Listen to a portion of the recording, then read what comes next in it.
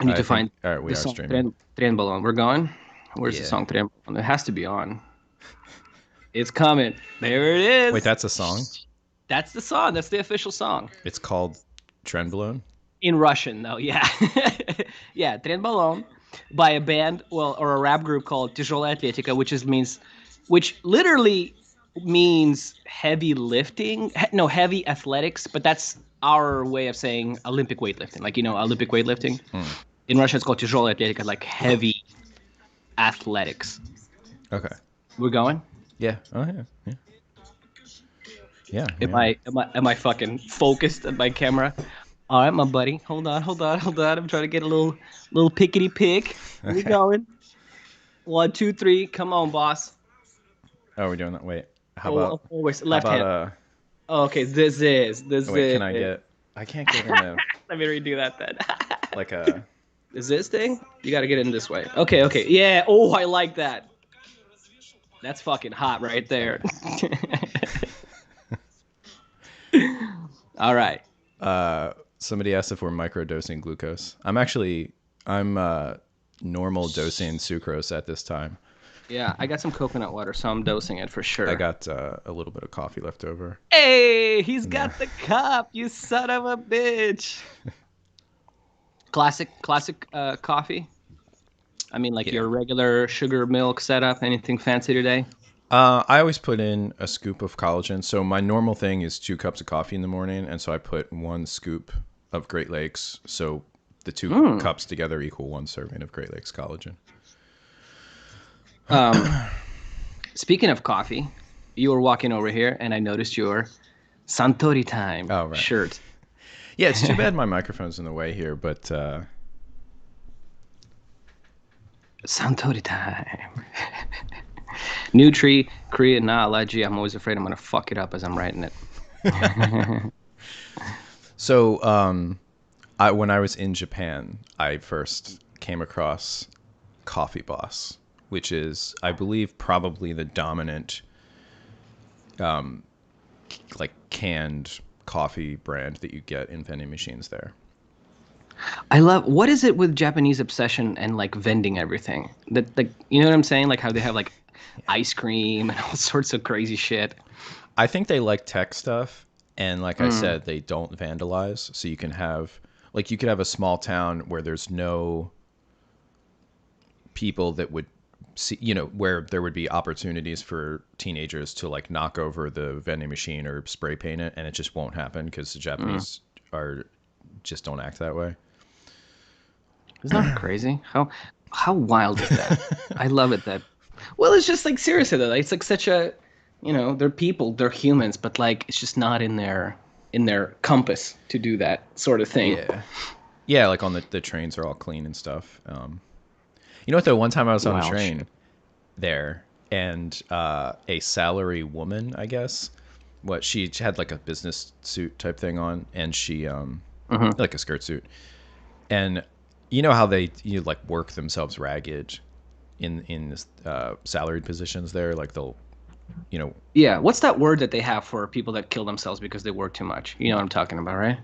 no, what do they have, No? like multiple words for different types of suicide? No, no, no. There No, but there's an actual word that they have that means you worked yourself so much that you just ended up I only killing know the word yourself salary or man. suicided. Yeah. So yeah, so this Okay, so I'm salary sorry. woman, Hmm. I was on a train going from Tokyo to Kyoto. Pretty long train ride. So maybe she makes that commute for work, which would be crazy. But anyway, she fell asleep Hmm. like on me. They'll just do that. They'll just like fall asleep Zero fucks wherever. given.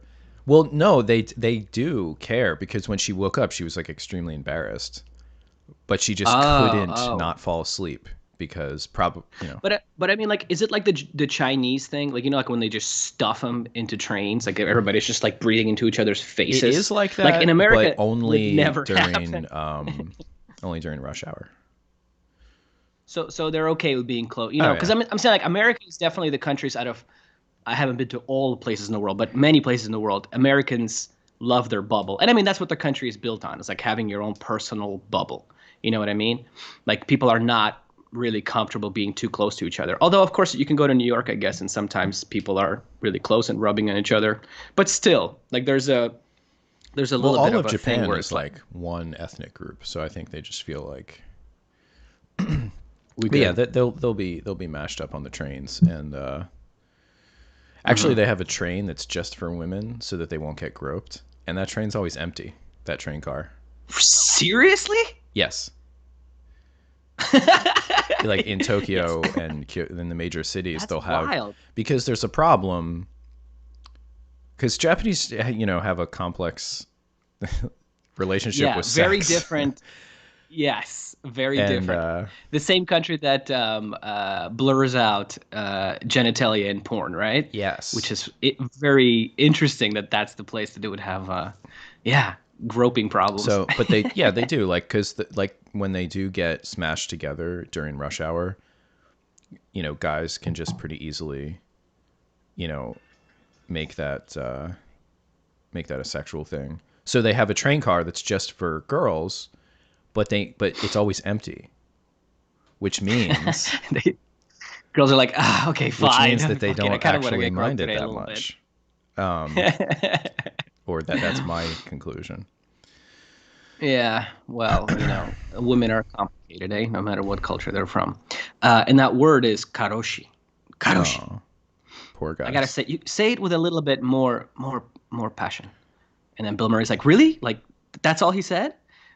As the Oh, Japanese oh yeah. director in the Suntory time. famous movie Santori. Suntory time. He's like for like 10 minutes, right? And then at She's the end, like, the woman just translates. turn right and look Turn this right, intensity. m- more Yeah. intense. And he's like, really? That's all he said? Somebody asked if either of us have used progesterone before.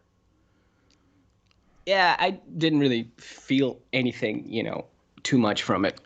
I think we talked about it on some of our live Yeah, streams before. I've taken like one dose. It actually kind of freaks me out. I would, Progesterone? yeah. I mean, I'm scared that I would just like do some weird negative feedback hormonal cascade and like mess with my sex steroids. Like it's not because those terminal end steroids. Hmm. Because if you take pregnenolone, it's like right in the middle of your body hasn't decided what it's making yet. But those, Hmm. the terminal type ones, they have a lot of feedback. It's probably fine, but like, Yeah, I've never had that experience of people saying like, "Oh, I put 2 dabs on my gums and fell asleep, and I slept for like well, that 12 happens to hours." women because I think their whole receptor But I've heard situation dudes is, saying that oh, too. well, Yeah, yeah, and with women. And I've given the Pete one to my mom actually, and she told me she felt very relaxed one night, and then it like never happened again. oh Like yeah, she I've heard never that too. felt That the like first it. time people take it, they have the most noticeable effects, Hmm, which is hmm. weird. But Yeah, and then she never felt anything again, so she just I don't think she takes it obviously, but yeah, pregnenolone, same thing. Do you say pregnenolone or pregnenolone? I say pregnenolone. I didn't know there's pregnenolone. I've said it both ways. Mm, okay. Yeah, same thing with that one. I tested because that's supposed to be the man one, or quote unquote. I did that one for like 2 weeks. I don't know, same thing. I didn't really notice any difference in my overall mood and whatnot and how I Oh yeah, felt. I've taken it. I think it made me gain a little bit of weight. Oh yeah, I remember you telling Yeah, us not that. even like Yeah, fat, yeah. just like yeah. That's right. What about All right. DHEA progesterone mix? No, I've taken DHEA and didn't really. Yeah, I've taken it when a couple of guys when I used to train at MMA gyms, a couple of guys got popped for it before, but not the 7 keto DHEA, Mm, that whatever substrate of it or whatever the fuck it is. Yeah, they got popped for like it being on the list of banned substances. mm. So obviously it must work If it's on the somehow if list, it's on the list. Oh yeah. yeah. And so I messed around with that when I was like kind of training a lot back in the day. And yeah, I Hey, don't we have know. our moderator is on, John the Savage. Hey, are you eating blood right now, bro? Is he? Because that's what we're gonna talk about. Is he eating anything? What are you eating, John? You eating anything? He's got double swag. It looks like he's logged in on Double two stack? accounts. Double moderating? Yeah, so yeah, Coffee Boss is oh, but when I was in Japan also, they were in the Yes. middle of a marketing campaign where so you can see the face of Coffee Boss is basically like a white elderly gentleman with a pipe. Like that to me Yeah. doesn't look Japanese. I guess I could be a Japanese man. Whatever. No, that's not a Japanese dude. Anyway, No. um they had Tommy Lee Jones in Japan Tommy doing Lee Jones? Tommy Lee the drummer from Motley no, Tommy Crue? Lee Jones the actor. Because he kind of Oh, looks like this. the guy from Men in Black? Yeah, and he's been in like a million things. He does not look like that. What are you He looks talking about, very dude? distinguished. He's an august He looks gentleman. distinguished. He doesn't look like that guy. Like has like a pointed, long nose. Tommy Lee Jones is like, I mean, he's Well, a he has kind of a he has a ball on the end of his nose, but it's not. I mean, he looks like yeah. whatever. Anyway, he was doing So kind of anyway, like so he Bill was the Murray face. did in the Lost in Translation as the Suntory whiskey spokesperson who did photo shoots and everything. Uh-huh. Tommy Lee Jones was, and again, Coffee Boss is a subsidiary of Suntory, so he was doing that for real. Like he was an actual Hmm. older male actor whose prime has sort of passed, who was doing like photo marketing campaign for a Suntory product, which was so he was the face of Coffee Boss. He was the boss of coffee in That's so Japan. crazy, John the Savage is eating cinnamon roll and coffee. Wow, that's a dude. that's a great departure from. Complete, com- yeah, complete opposite of what we're gonna talk about today. Cheers. So yeah, cheers. Uh, Nostrovia. Na zdrowie. Is that is that Ooh, yeah, na okay? zdrowie. Yeah, yeah, yeah. You know what I mean? Literally, it means for your Mm, health. See, just show you how much Russians care about health, because it was just drinking vodka fucking all the time. You know, na zdrowie. Yeah, na zdrowie. So today's topic: raw animal foods, and you wanted to do this because you said what they're really popular right now. Yes, there's a lot of Instagram accounts popping up, a lot of YouTube people, a lot of just people in general, and I think that's just the response to like the last 10 years of veganism being the it thing, right? Was You know it? what I mean? Like generally yeah, I mean it still kind of is, dude. Like if you asked, okay, like think about this. If the average person comes up to you, starts having a conversation with you, and you just kind of go, "Oh, I eat like I'm a very strict, I eat a very strict healthy diet." People almost always think that that means you're vegetarian or vegan. You know what I mean? And like if you Google healthy restaurants around me, what it'll pop up is it'll pop up the vegan restaurants that are around you Okay, most the of the time. the restaurant googling I agree with, but I think people have. Um, I think the Or vegetarian is it like thing. the bodybuilding thing? Yeah, I think it peaked in the aughts. Although that's when I was doing it. Aughts. You know, the 2000s. Yeah. Because the raw vegan But thing had that big resurgence with David Wolf, mm-hmm, and he kind of peaked in mm-hmm. like 2005, 2006. Still around that fucking guy. Yeah, but I Imagine mean, that. Yeah. No, I'm not saying it was the pig, but still, I feel like there's social media wasn't quite a big of a thing right. that then. There's still a lot of vegan people, and nonetheless, I'm just saying it's just a because now you are seeing a lot of people that were like, I was vegan for 15 years, this is how it ruined my health, and I'm doing this Mm. now, and almost always it's like raw meat or something very extreme on the Yeah. opposite end. You know what I I was mean? sucked into an extremist lifestyle and it ruined my health. Anyway, my But five that's pounds of raw literally what's meat a day happening. diet. But that's literally what's happening, right? So that's what I'm saying. There's like a few of those accounts, and there's of course people in the middle that probably just started eating meat, Hmm. but there's like a lot of people. Yeah, like I'm just saying. It seems like it's a response to the last, I guess, 15 years then Yeah. of it being a Well, vegan okay. I dominated think space. the vegetarian and vegan world has been is in the process of being taken over by like international capitalism with the whole like Beyond Meat stuff. So it doesn't have that Hmm. renegade energy anymore. For guys like you and I, for people, for the normies, for the big normie, right? That people get But people get sensitive about that word. yeah, I guess it's just it's like it used to be something that you had to be interested in and you would Yeah. find products, but now it's kind of like this corporate thing. Whereas, you know, the paleo or whatever, the carnivore stuff, that doesn't have the same kind of like like that's much more Hmm. renegade. So people that actually want to be on the cutting edge, you know, with the vegan thing, it's just like Yeah. anyway. You're right. That's interesting how that changed, right? Like seriously, 15 years ago when I was talking about or interested in those sort of things, like nobody, you would have to fucking go to like online forums to find people Mhm. that are interested in that stuff, right? And now it's like everybody's like, oh, I'm supplementing collagen and I'm doing glycine, and it's like a lot of normal people that you wouldn't think Well, have it's heard been about it. Kardashianized. Yes, 100%, 100%. So I think it's probably not going to happen with raw meat stuff, but there's a lot of accounts there. Do you know that guy, John? I've met him here in LA a couple of times.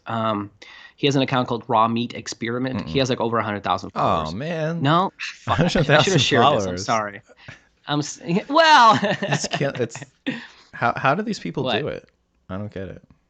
Well, he's a professional. He started some of those, or I don't think he minds me sharing that. He's one of those guys that have had several massive accounts on Instagram Oh, for like memes. He's like a professional memer almost, you know.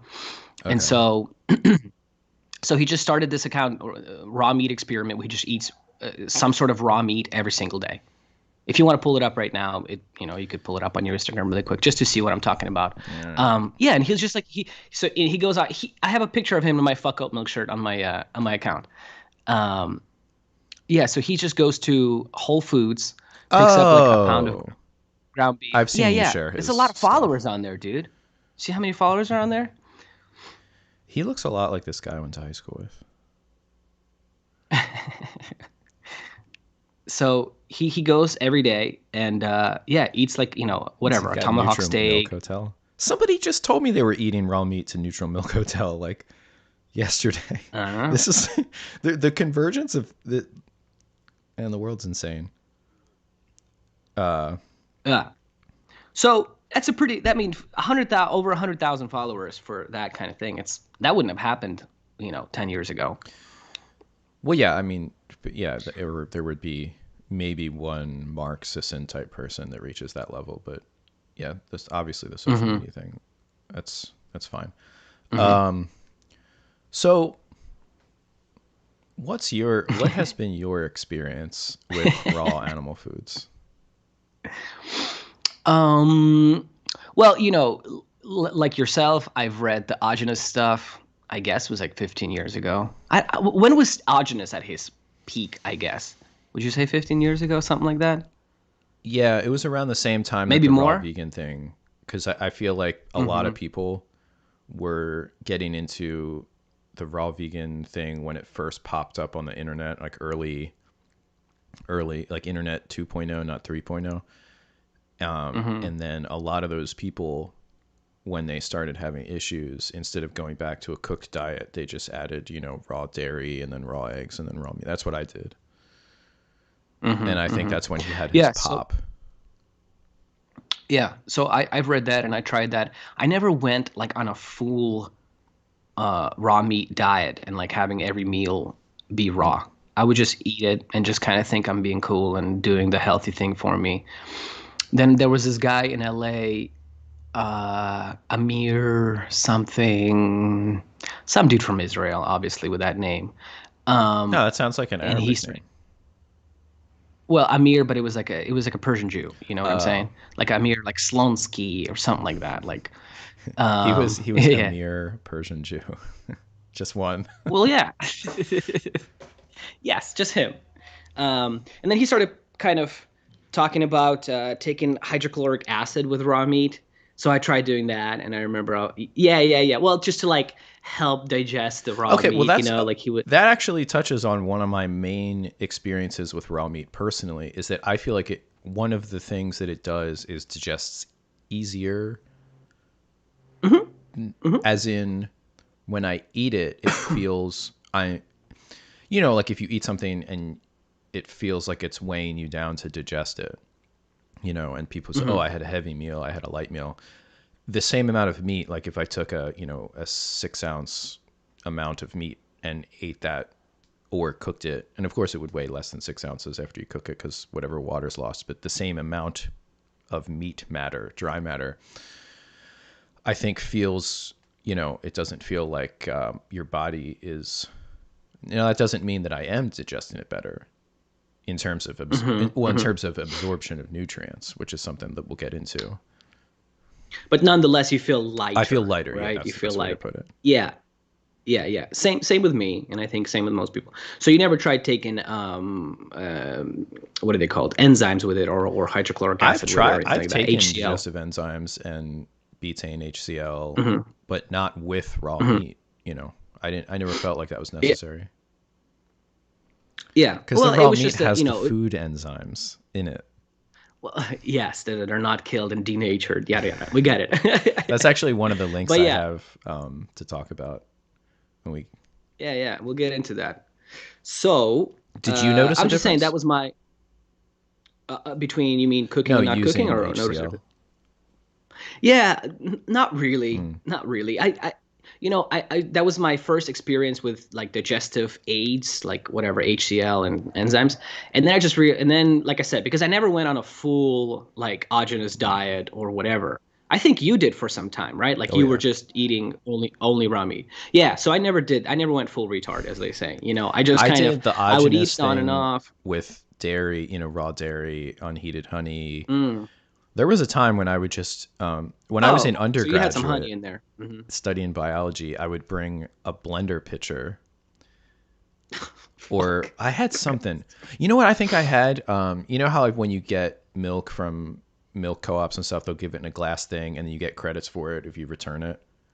So like Hmm. you'll buy a half gallon of milk in a really nice glass container Hmm. with the plastic top that you pop off, and then say it costs like $7 or something, and then when you return the glass thing, they give you like $1 back or whatever. So I would Hmm. keep one of those, and I would make a blender of raw milk, honey, eggs, and then put it in Uh-huh. that and take it like put it in my backpack, and then it would just be room temperature, and I would just drink it in class.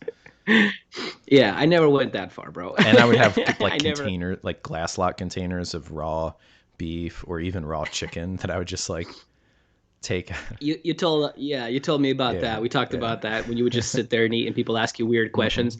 Yeah, I wouldn't care. It's just I just figured very early on that I was like, oh, like you can't really exercise hard if you're like if you're not eating enough, any carbohydrate. Mm. For a few days you can, right? So that was just a very early Well, just thing eat that I noticed. unheated So I was like, honey and eat fruit. right, it It's like just problem fucking solved. yeah, but that's not part of the diet, bro. Why do people say they need to eat more when they eat raw versus cooked? I actually haven't heard that. I guess if you're eating if you're eating stuff with a lot of water in it, like fruit. You haven't heard that people need to eat more if they're eating raw versus cooked? Isn't that the whole kind of thing that we're going to talk about? Meaning, Oh, like, well, because I you're not haven't absorbing heard as it in much. terms of animal foods. Like Mm. personally, if I consumed a certain amount of milk, if I was on I don't feel like I was consuming that much more, you know, calorie. I don't, I mean, depending on how you want to measure it, but to me, it's more Yeah. about plant food because plant foods are the ones that you can really get high calorie if you eat cooked, Hmm. starches and stuff. You can really pack in the calories. Whereas if you just eat raw plant foods, it's like real slim pickings. Well, I guess we should just get into it and start talking about it. Yeah, because the same thing happens with meat, dude. So that's what we're going to Oh, really? explore today. I guess I didn't count calories and back then. Well, I mean, I didn't either, So, dude. I don't oh, think, by the way, yeah, I don't think any of before us. this, I have, so I brought a snack.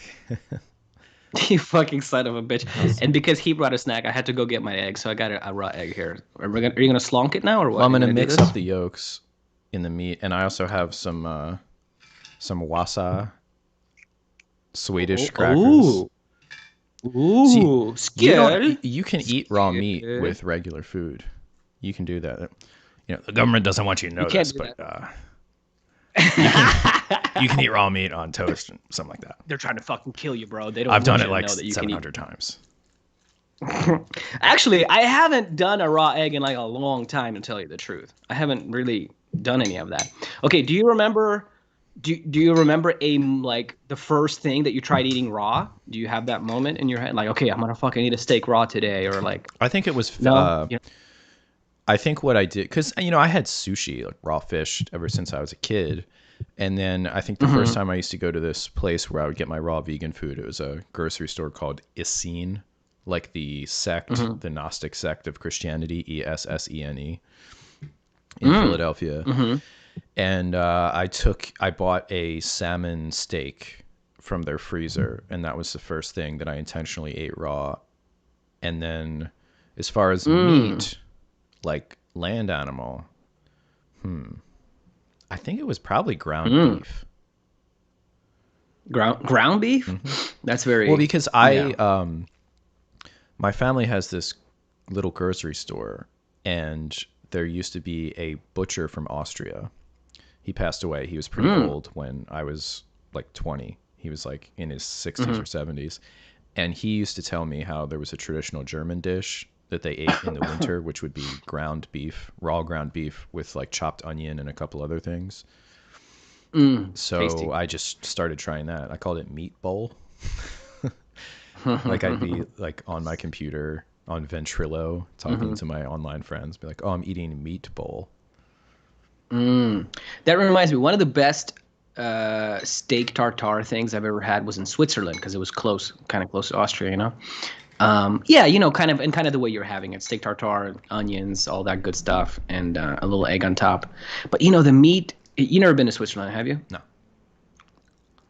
The meat there, dude, they know what the fuck's up. The meat and cheese and chocolate, I guess. Well, honestly, all of their food is pretty And the fucking good. watches. Because there's I mean, yeah, it's a They know pristine their country, products. except for they know their products, except for the women.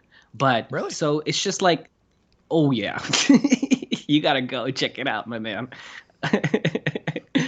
It's just like, it's just, what do they call that? Took a grenade for you, right? Grenade, right? Yeah, it's just like, yeah, it's just, I don't know. Talk about slim pickings. But besides that, the country is beautiful and pristine and food, because everything is like grass fed there. Mhm.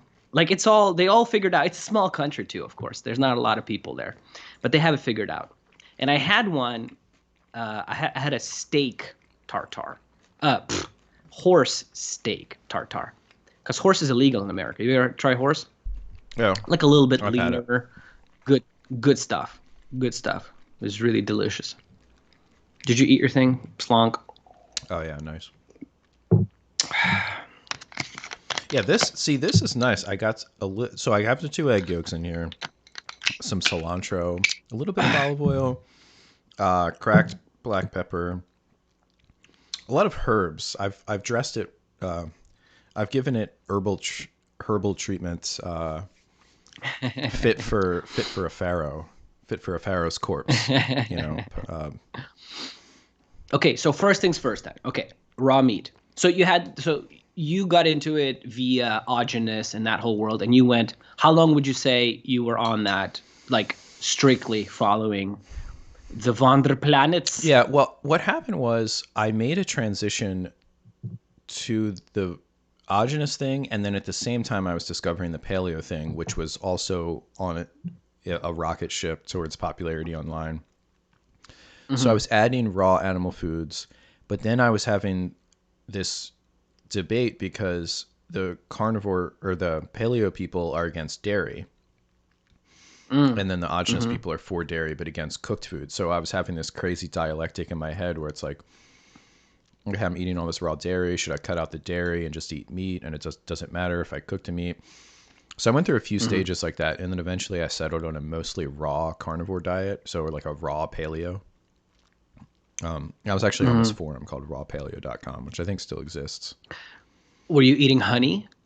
When you excluded the dairy, would you eat other sources of carbohydrate? Uh, yeah, but I was low carb was a big part of what I was doing, so I wasn't really. That's another reason why I was So this cutting was out stuff that wasn't just meat. so this was the time when you would say you went to you go to jujitsu and just get a headache the rest of the fucking day when you got home. That's for those days. Hmm. Yeah, I had a system where I was getting meat and suet from Pennsylvania Dutch Co-op that I would pick up once a week. Mm. And so I would have frozen stew meat because it was like the cheapest cut, just like chunks of beef and raw suet. Hmm. And then I would have these glass lock containers in various stages of thawing. So then, like, so there'd always be one that had chopped up muscle, beef muscle meat that was thawed and ready to eat, and then also suet. And I would take kind of an equal serving of both of those and put it into a like a little food processor, just to like you'd make salsa in or something, just to blend them Hmm. together and cut them a little bit. So then I'd put it in a Hmm. bowl. So it would be like half suet, half just the pure fat. Because I was on like a really high, I was on a really high fat, low carb diet. Uh-huh. Did you ever do the Danny Roddy thing? Did you make pemmican? And I made pemmican. I made You pemmican made pemmican? when I met Danny the first time at the first AHS Ancestral Health Symposium in You made that by what do you mean? You made that by yourself? Are you I saying, made or he gave pemmican you the? and brought it on the Uh-huh. plane to Los Angeles to go to the first Ancestral Oh, Health Symposium that he was at, and I was introduced to him through a mutual friend. so the pemmican brings them together. Yeah, basically, he was And definitely transitioning away from that at that time, but he was still kind of, I guess, partially in that world. Robert uh-huh, Lustig and all that uh-huh. stuff. Right. Was that the conference that Hmm. Lustig was at? So wow, so much interesting things happening at the same time. Hmm. Okay, and so what did you just kind of got tired of it and just started doing your own thing, or was there like a thing that you kind of like started reading and you were like, Oh, it oh, was going to graduate school. I went to graduate school for nutrition, nutritional science, and just all of those ideas that I thought so at that time the dominant idea in my head was more the low carb than the raw thing. The raw thing had already faded a little bit mm-hmm, compared to it, and so I just thought, okay, well, foods are better raw, but it's not the biggest deal in the world if you cook them. But carbs mm-hmm. are bad. And then when I started studying nutrition in a serious way, that started to fall apart, and kind of coincided with me discovering Ray Peat. So this would have been late 2011, early 2012. So I was Mm-hmm. on a mostly raw, well, I was on a mostly raw animal foods diet for at least a couple years, but I was on a decent percentage, if not most, raw animal foods diet, and also with cooked, just bouncing around between that, where like between paleo and raw, and Yeah, low carb being the kind of underlying tone most throughout of the the time, entire except time. Like for when I me was too. doing the Hmm. autogenous thing, I was probably eating a lot of carbs because I was blending a lot of honey into milk. A lot of honey and milk, But yeah. anyway, that was from 2007 through 2011 and even into 2012. And I was still eating raw meat even when I started, adding orange juice into my diet and cooked potatoes or something like that. I still was doing the raw meat thing because it was such a part of my life to order from that co-op I was using back when I lived in New Jersey, Hmm. that I just kept doing it, and I kept eating raw meat. It never made me sick or anything. So I was like, this is just, Man, if only you had started an Instagram account then, you would have been famous by now. You would have been a Kardashian. yeah, I guess so.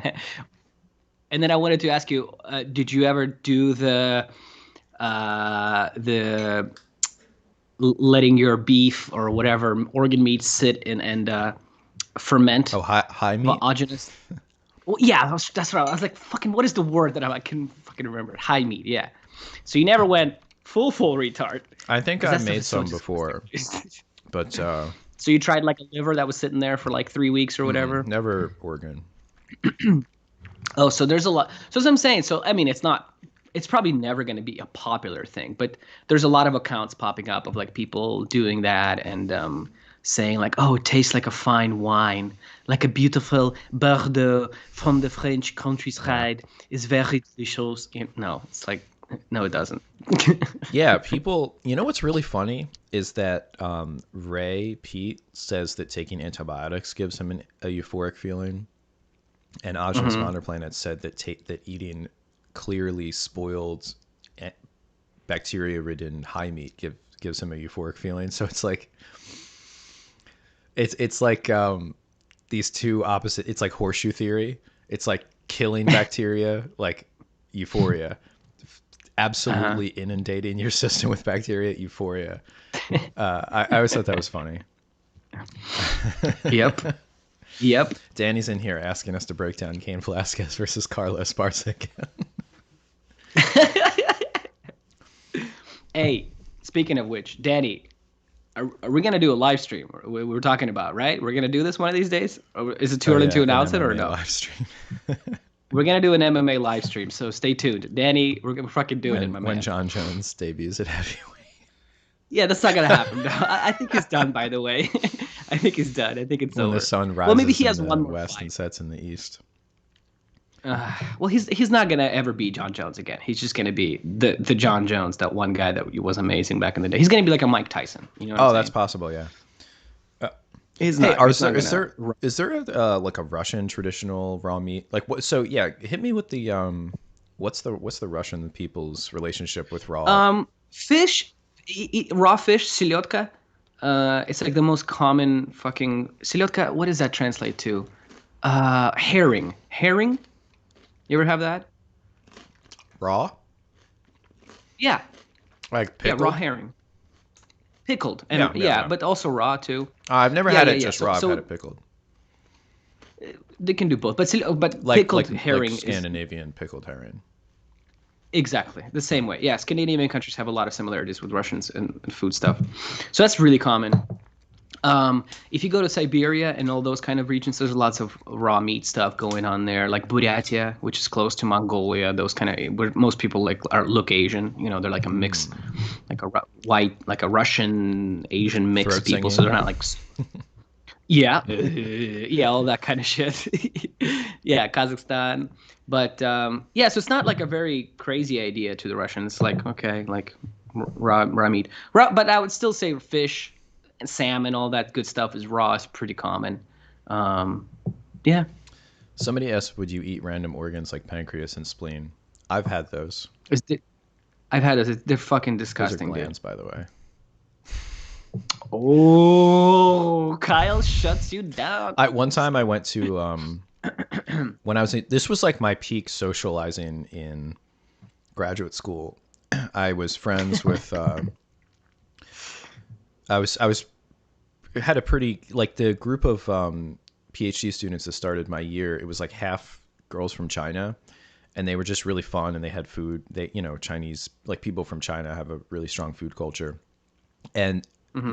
I guess the paleo thing had penetrated, and a lot of them wanted to try it, and they knew that I had been doing it because I was still like they're the people that were sitting next to me, in nutritional biochemistry for PhD students while I would take out a glass lock container with like obviously raw beef, chopped up and just start eating it.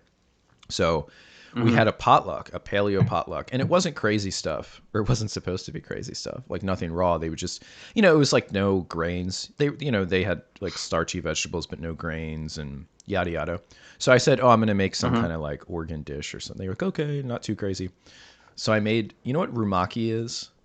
It's where you No. put usually like liver or something on a piece of watercress vegetable with Hmm. bacon. So basically, it's like the bacon overwhelms everything anyway. Cooked bacon or Oh, raw cooked bacon? bacon. So this is all cooked. Oh, okay. And but I Oh, okay. ordered from that co-op. I think because you could get glands and all kinds of weird things. I got everything. I got like I got like ovary. I got uh, Ugh. thymus. I got all the weird stuff and like fried it up. I'd never made it before. I just kind of fried it on a saute pan and put it in Mhm. between on these rumaki things with bacon so that, it's whatever. And then I told everybody afterwards, after they all had eaten a lot of it, what it was. Oh, Jesus Christ. What did people say? They're okay They with were it? mostly okay with it. I think because it didn't taste bad and all that, you know. So, how did you just use butter and just a bunch of spices or what? Yeah, I forget. Coconut oil or butter or whatever, and just fried it on a pan, and then made it. So cooked that way, it tasted okay. It didn't Well, taste it doesn't like taste like piss. much. I mean, the only thing that tastes like piss is kidney. Yeah, but spleen is like the Oh yeah, the texture. It's texture's like bad, but if you have it's it like on like on a cracker and then you have bacon with it, it's just like a mushy thing. yeah, yeah. With bacon on the cracker. That's Yeah. fucking. That's your American Put that on a talking through. See, cracker, what's up with dude. American? Spleen, Put it on a thymus. cracker Put that on a and bake. cracker, dude. Um, Yo, I guess you don't know that guy, the New Orleans cook guy. I don't. Oh no, you gotta follow. He's I yeah. I'll don't send know. you his account. It's a really good account on Instagram. Somebody asked how old we are, and John said Kyle's 46 and Leo is 12 and a half. 13. I'm turning 13. Get ready for your bar mitzvah. So, yes. Okay, so hold on. Um, okay, so cooked. Okay, so you will with this, by the way, this is in graduate school. You're saying you were already starting to cook meat and are doing all that good stuff. Yeah, I was starting to cook food again. I was still eating most of my beef raw because, like I said, I had developed this system where I would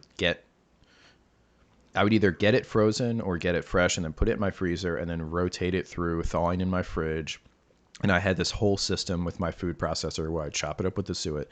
And it was like, it You was just a got used to habit. it. It was so strong. It was my habit for 2 or 3 years. That's how I ate. So even when I started adding other foods, I still had that going on. So that was like the base of my diet through 2013, even though I had started adding carbohydrates and Were you things. doing it like tartar style, like you are now, like with spices and herbs? Because that's not really approved in a lot of the I raw would put primal spices and words herbs either. in it, but I wouldn't put anything crazy like I have some olive oil in here. I Like, wouldn't do that. It's a little naughty. oh, that's naughty. You're gonna kill people with that. Okay, okay. So I guess we can just talk about the differences now and get right into it, which is, because like I said, it's just becoming a very popular thing. A lot of people are doing eating meat. A lot of people are saying that, like you said, right? They want you to cook your meat because the government wants to kill you, and it doesn't, they don't want you to eat all the beneficial bacteria and all that Mm, kind of stuff. What? Well, you have this. You haven't heard that before? mm. Really? I'm just not. I'm so out of touch, man. Well, I'm out of it's a touch. good thing sometimes. Out of time. So out of touch, so out of touch. Uh, yeah. So I have. So anyway, so I was on a raw meat diet. I guess I could have been somebody if I had just social media tized my weird diet when I was still doing it. I You I could have fucked been a up, man. contender. Um, they were talking about heart. Heart is the most mild taste of any, because it's not even really an organ. I like chicken hearts. Like I actually like them. What do you guys call them? You have a word for it? Gizzards?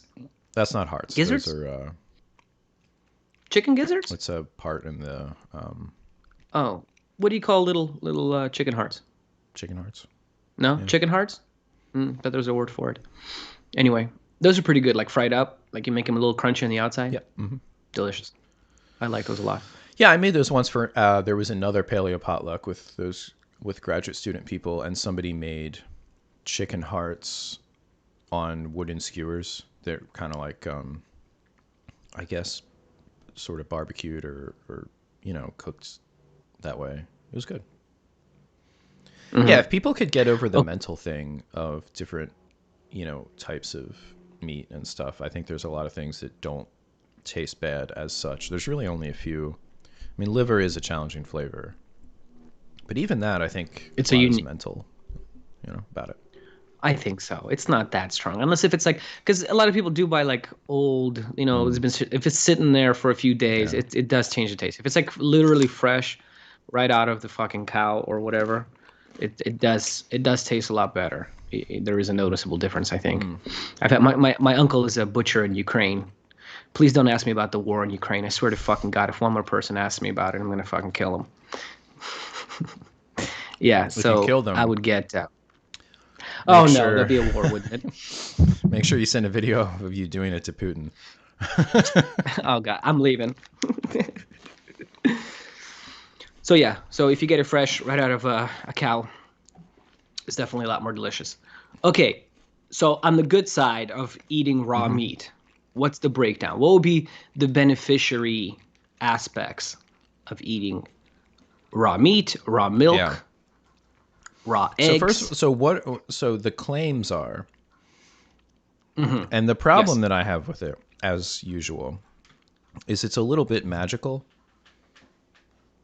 So yes. Well, tell us the claims. You know what I mean? Like, let's break those claims down. Like I said, so a lot of people are saying that the government wants you dead.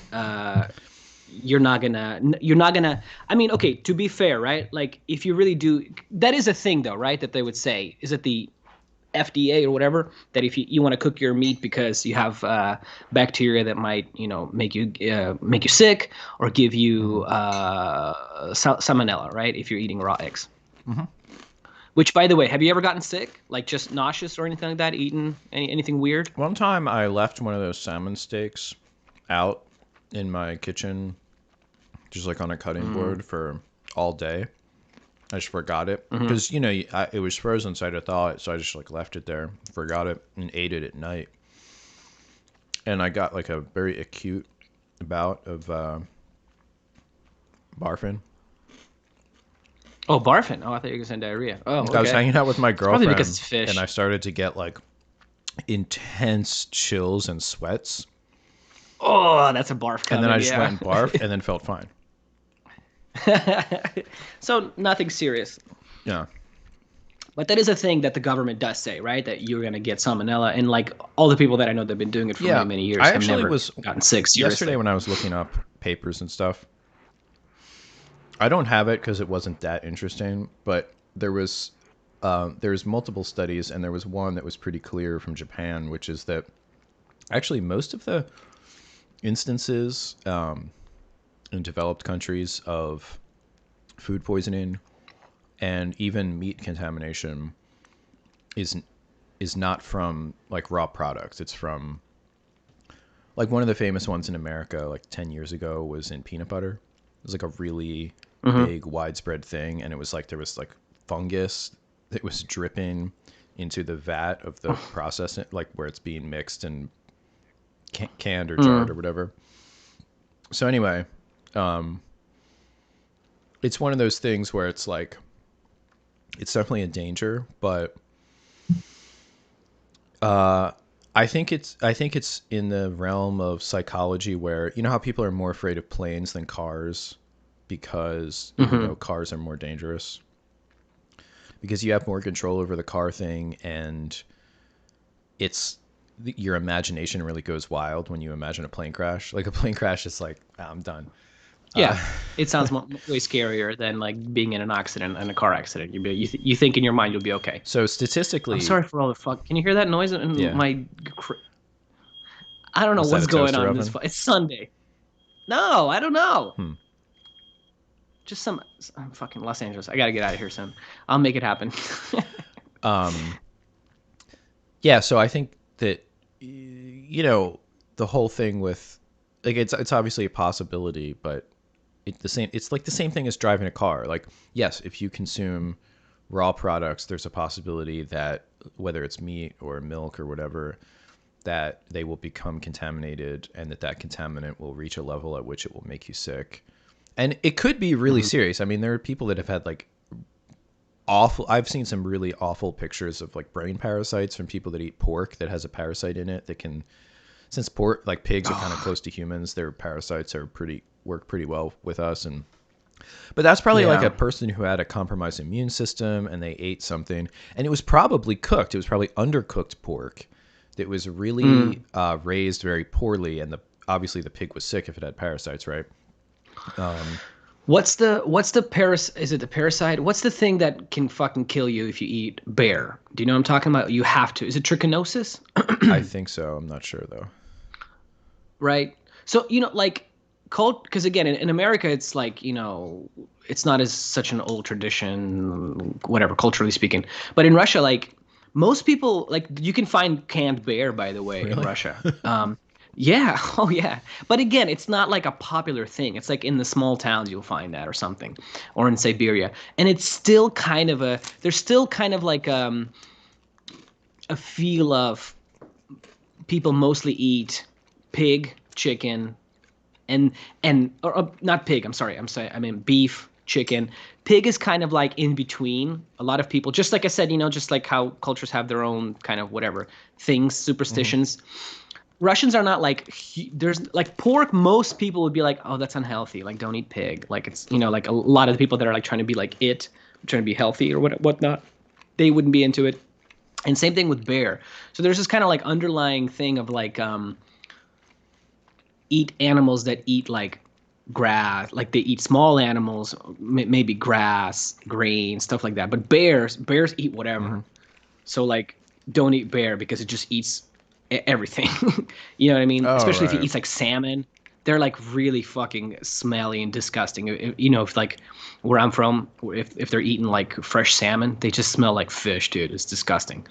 So, yeah, it's not like a popular thing. Where in America it's becoming like a big. There's a lot of the Joe Rogan types, right? That are like going to hunt bears and eating bears.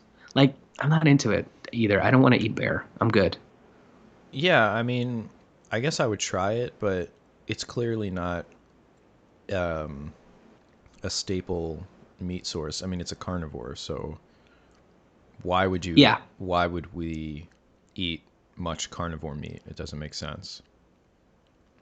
Well, that's what I'm saying. And a lot of people kind of just don't, they don't care. They'll eat whatever. It's kind of like the same thing with like okay, you'll eat salmon and other fish, but you're not gonna really eat whale, or you're gonna feel bad about it, or maybe even dolphin, right? You're gonna be like, but the Japanese will eat it, right? Not Yeah, I all. haven't had dolphin. I've had whale. I've never had I've had dolphin. whale sashimi in Japan. Wow. Yep. Norway, they'll eat it fucking raw, just raw whale. Oh yeah, I But would eat that. I mean, yeah, would you feel bad about it? nope. Not really. Well, whale Nope. isn't except for killer whales, but the big whales, they're well, they eat You're plankton, eating which smaller is fish. yeah. I mean, you could say they're carnivores, but they're kind of like the Yeah, ocean they're. I system get. is different. So they're I would say they're kind of like herbivorous or omnivorous. Yeah, I mean it's tough, but Mhm. oh, somebody asked, what about the guys who say parasites are good for you? Okay, so that's another claim. I mean, that's the Yes. Autogenous Founder Planets thing, which is basically nothing. And again, that's why I say it's magical thinking and it's kind of religious. It's like nothing that could come to you from a raw food could be bad. It's like an a priori belief. It's Hmm. basically unfalsifiable. Like he would say, oh, if you get sick from eating high meat or regular meat or raw milk or whatever, it's because you were already had toxins in your system and you're just detoxing. It's the same thing that raw vegans say when you're like hair and teeth are falling out because you don't have enough nutrition. It's Hmm. just the flip side of Hmm. the same coin. Because there are cases of people getting really sick and fucking Yeah. dying from eating tainted meat, and I mean, I guess the whole reason we have the pasteurization system in America, right, is because of the whole raw milk issue, people dying from that. Well, But right, that's what I'm saying. But there's a whole story there. yeah, I mean, Okay, again, okay. and that's why I was saying the actual risk of that is low. But Hmm. yes, people have gotten sick, and the people that are pro raw milk will say all of those instances are poor handling and things like that. There's Hmm. actually there Murray Rothbard had a lecture about this, which was that they were pushing for pasteurization because the way that they were getting the milk out of the big vat to put in the bottles, they were reusing a ladle, and the ladle would become contaminated.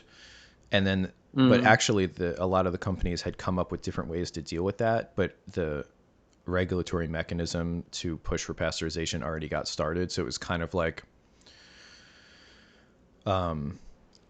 obviously, we see with these things like in the COVID era regulations that nobody really believes in. Like once that process gets started in a system that has bureaucratic steps, it takes on a life of its own. So it's kind of this whole confluence of like big retailers wanted to have a longer shelf life. That's one of the things that people talk about, right? Because they could have milk on the shelf for like a month instead of a few days or whatever, a week. Hmm. And actual health concerns and this, that, and the other thing. So Okay. I don't think that it's Claim. necessarily, it's not it's like, yes, there it is a potential risk, but it's not like you could, many people went their whole lives drinking unpasteurized milk and never got sick. So it's, you know. And you could also get bad bacteria on lettuce, from peanut butter. It could be other foods, many other Oh yeah, foods. yeah, Okay, claim number three. yeah. Well, Um, I mean, yeah. so the thing that actually, I guess we'll start. So I have a bunch of Well, papers. I got one. I was Okay, going to okay. tell you. I What do was you going to got? say that claim number Okay. three. When you cook meat or pasteurize Mm-hmm. anything, you're killing off minerals and vitamins. You're killing off all the good stuff, basically. Mm. Especially with milk. Like with milk, people are like very uh, dogmatic about that one. Like if you, like, there's the Paul Check types that say as soon as you pasteurize it, pasteurization means cease of all enzymes, and cease of all enzymes means it's dead. So you're eating a dead food. And when you eat a dead food, it takes your own life energy to process and absorb and assimilate that food. So that's another big claim. Yeah. Yeah. So as far as I can tell, that's not real. I found I have a couple papers. One of them I was reading was a review that somebody wrote about. It's called Raw Milk Consumption Risks and Benefits. It was published in 2015 in something called Nutrition Today, which I've actually never heard of. It's kind of recent though, 2015. Well, it's Nutrition Today. The author is John A. Lucey, Lucey, Hmm. and he has a pretty, he has good information here. I will say though, the tone is he is definitely talking down to people that have any sort of belief about degradation of nutrients and the benefit of raw milk consumption. Like it's, you can tell that he is not emotionally detached. Like he's basically like, Hmm. I'm going to put this to bed and like own all of these. Science for the win, Yeah, baby. yeah, he's doing a science. Hmm. Hmm. He's Okay, doing a so what does he heckin' have to say? science. Well, the things that he says. So I'll just take the things that he did say. He talks about cow's milk allergy through immunoglobulin E mediated reaction in patients, and how there's that's not really like changed by whether it's pasteurized or not. The one that's really interesting, Hmm. lactose intolerance. So people will say I was lactose intolerant, and then I drank milk, raw milk. So he writes, all types of milks contain the sugar lactose, and when we consume, the lactase enzyme beta galactosidase hydrolyzes it into glucose and galactose. Okay. Hmm. So some people lose that enzyme after infancy, after being breastfed, and then some Hmm. people ethnically, don't have as much of it. Lose that. There's also a racial component to that because some peoples have been consuming dairy for a long time. But he says a recent randomized controlled study found that raw milk failed to reduce lactose malabsorption or lactose intolerance symptoms compared with pasteurized milk among adults positive for lactose malabsorption. And Hmm. that's from a study called Effect of Raw Milk on Lactose Intolerance, a randomized controlled pilot study in Annual Annals of Family Medicine. I guess this is a medical journal. 2014 by S. Muma. Muma. Anyway, Mm-hmm. because there is no okay, because there is no beta galactosidase enzyme present in raw milk, there is no obvious reason why raw milk could assist with lactose intolerance. Yogurts, which contain high levels of bacteria that have this beta galactosidase enzyme, are tolerated better by individuals with lactose intolerance. Although Mm-hmm. raw milk contains low levels of some proteases and lipases, no physiological role in human digestion has been demonstrated for these enzymes. Both the indigenous milk proteinase, plasmin, and lipase, lipoprotein lipase, are relatively heat stable, so there would be little loss of activity in pasteurization. However, they'd probably lose their activity from the stomach acid and Mm-hmm. protein cleaving. Okay, so hold that for a second. So the yogurt enzyme, and that's in there. Why? Because they put the enzymes in there when they're making yogurt, or is it just because it's Yeah, fermented? it's from the natural bacteria because bacteria that are evolved to consume milk express enzymes to degrade and absorb milk protein, as one Hmm. would expect. Not milk sugar. I was gonna say okay, so sugar, and it's not as active in raw milk or Well, because pasteurized it's milk or not whatever. there. Because so I'm gonna get Mm-hmm. into this enzymes thing a little bit more later, but the Mm-hmm. concept that like that nutrition, the food enzymes from that book, which I have it. I forget the guy's name. Howell, I think that every food contains within it the enzymes to digest itself. Yes. That's completely made up and based on nothing. Okay, which is a huge Why part of the would a yes. food? Why would like so say you have meat right in your body just like animals.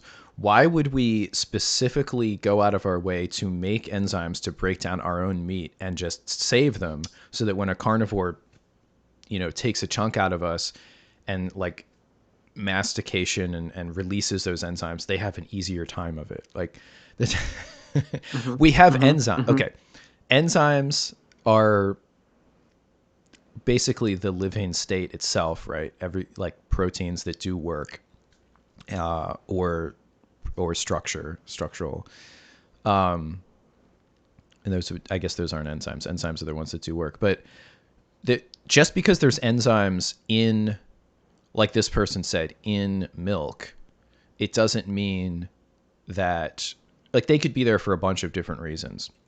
Now, milk is a case where you might actually expect that the mother animal, like its body, would infuse the milk with beneficial enzymes. That makes sense, but Yeah, to grow the baby. Okay. to Okay, help to with benefit the digestion and baby. stuff. But the problem with enzymes, and so the reason why digestive enzymes work, like if you take digestive enzymes, they're specifically engineered to survive the high pH or the low pH of stomach acid and then the high pH of the intestinal secretions, and work well at body temperature and all that. Because you can design an enzyme, you can take an enzyme that breaks down starch or proteins or cleaves peptide bonds or whatever. But it just falls apart in your Right, stomach, yeah, and and it's just so like you whatever. could have Hmm. one, you could design one that does better at low pH, neutral pH, high pH, more water, Hmm. less water, higher temperature, lower temperature. All that stuff can be different salts in the medium that it's growing and working in. But just because there's an enzyme somewhere doesn't mean its job is to digest the thing from which it has emerged. Okay, and so just to clear up the raw milk thing, because like I said, and I was in that very group myself. The whole raw milk has the lactase enzyme in it. And when you pasteurize it, the lactase gets destroyed, and you only have the lactose. And then the lactose is the one that gives you all the problems. So you gotta blah blah blah. Okay, so when you do pasteurize it, um, It's still there, lactase, right? It's just never there. Oh, what do you mean? Like milk just doesn't have high levels, or I'm not sure any of the lactase enzyme. It has some enzymes that conceivably could break down the components, which actually is why milk, one of the reasons milk can spoil even without bacteria. So, milk is pasteurized. It may have some bacteria left over, or even if it was raw, it Mm-hmm. might not have a lot of bacteria, depending on how it's. I mean, technically, you could like filter it. You could, if you wanted to like use, some type of carbon filtration system, you could filter out all the bacteria and have like sterile or very close to sterile raw milk, kind of like what they do with high end beers, where Mm. they, instead of pasteurizing the beer, they ferment it and then they put it through a filter to remove the bacteria rather than, killing it. Like that's where you Mm-hmm. get like Mm-hmm. cask conditioned. Anyway, so I wanted to ask. So then why does pasteurized milk last longer than raw milk? well, that is the bacteria. So the idea is one of the ways that milk can spoil is there's some bacteria in there. The bacteria grow, and their metabolites and their metabolism breaks down parts of the milk, whether it's proteins, fats, or sugars, and Mm-hmm. makes it smell bad and stuff. And that's how you can tell that it's spoiling. Mm-hmm. But that can also partially happen just from because there are, like this guy wrote, proteases and lipases, specifically lipoprotein lipase and milk proteinase. So if you just let milk sit there, even if there's no bacteria in there, it does have enzymes that will start to break down some of its proteins and things and create metabolites that might smell off. So it could act the same way Mm-hmm. saying like things can auto degrade. They could just degrade chemically. It doesn't have to be an enzymatic process. Some things like if you just leave them in light, especially oils and Yeah. stuff. So yeah, so actually the enzymes in milk don't help you digest the milk because most or all of them are not designed to survive our digestive system and act, in the stomach and in the intestine. Mm-hmm. But they will act if you just like let milk sit around for a while. So it's the enzymes in milk are actually not super great. So there is one thing though. So let me just okay. So that's that paper. I was going through another one. Oh, I have a bunch of them here. Here's a systematic meta-analysis. I'm going to regret scrolling up because I'm not going to find my spot again. Here's this is good. It's from Journal of Food Protection.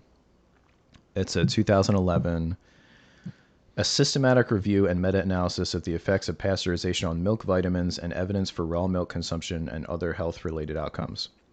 So they go through all. They basically put together all of the studies they could find of people looking at, how much of this vitamin is there in this milk raw, Mm-hmm. and then after pasteurization, how much was lost. So the only thing that really seems like a problem, they also said that the allergy and lactose intolerance doesn't seem to be a powerful difference. The one thing that there is a difference though is children, and this is probably where that myth came from, is that children that grow up like Amish children or whatever on farms that sell raw milk and they grow up drinking raw milk, they have less allergies usually. Mm. And this is something that a lot of people Right. know, but there's really no evidence that it's the raw milk itself and not just like being around in the dirt and all the other things that they do. All sorts of shit that they're doing completely Right. different from regular people. So in other words, I there's mean, it could not. be a Yeah, contributing yeah, yeah. factor, There's not right? a group of people that Hmm. have an urban lifestyle and drink raw milk and their kids don't have allergies, or there's not. I also think I didn't look at every single study, but I wouldn't be surprised if there were counterexamples where there's like kids growing up in Amish type conditions, but they don't drink raw milk and still have kind of a pretty good allergy profile. Right. However, okay, so we evaluated the effect of pasteurization on multiple vitamins, including those found in low concentrations. So they looked at a lot of stuff. It was hard to quantify some of them, vitamin A, B12, and E. However, pasteurization appeared to reduce the concentrations of vitamins B12 and E and increase concentrations of vitamin A, which doesn't really make sense. Milk is not Hmm. an important source of vitamin B12 or E in the North American diet. Thus, the effects in the adult daily intake is negligible. Dairy products are considered an important source of vitamin A, but vitamin A is not reduced by pasteurization, supposedly. The Hmm. one thing pasteurization of milk leads to a significant decrease in vitamin C and folate, but it's also not an important source of these vitamins. Vitamin B2, Hmm. there is a significant loss of that, maybe like half, maybe even more than half. In other words, Okay. vitamin B2 in this meta-analysis is the only vitamin that has both a significant loss from pasteurization Hmm. and there's like a nutritionally relevant amount of it in the milk in the first place. So the other Mm. things like vitamin Okay. C, milk isn't a good source of vitamin C, so it's like it goes from being negligible amount of vitamin C to an even more negligible amount. So really, that's the biggest difference. It's just the B2. Right, yeah.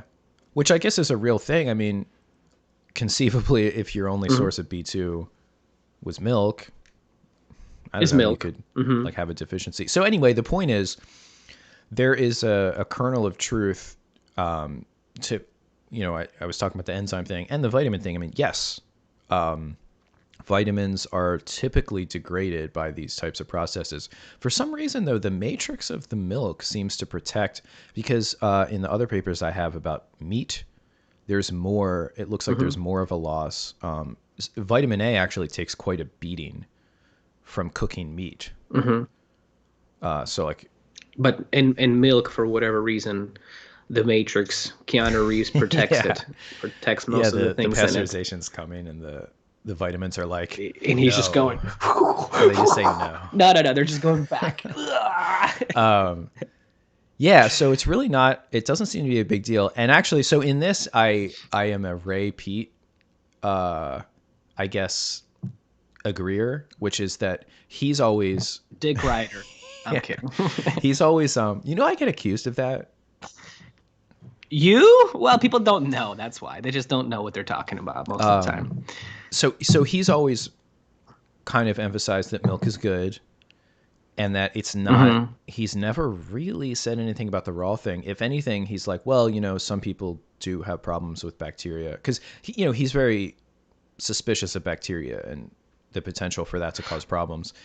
And But he recommends pasteurized milk he almost for recommends all the fucking pasteurized milk. Sometimes he even recommends ultra pasteurized. And then he says that the thing he's noticed the most is that people that have a problem with milk, they should just try a different brand because it could be an allergen from the cow, yeah, from what they're eating or whatever. or the added whatever vitamins. Maybe they use Yeah, different yeah, yeah. ones. Blah blah.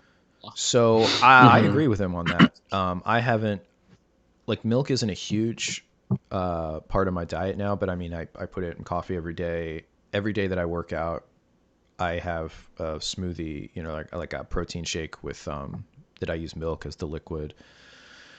And Hmm. yeah, I've never really noticed that much of a difference between raw and I mean it is cool. I think it's a cool culture and I certainly don't Raw milk yeah, I club, don't think there's baby. anything wrong with drinking raw milk and I think that Yes.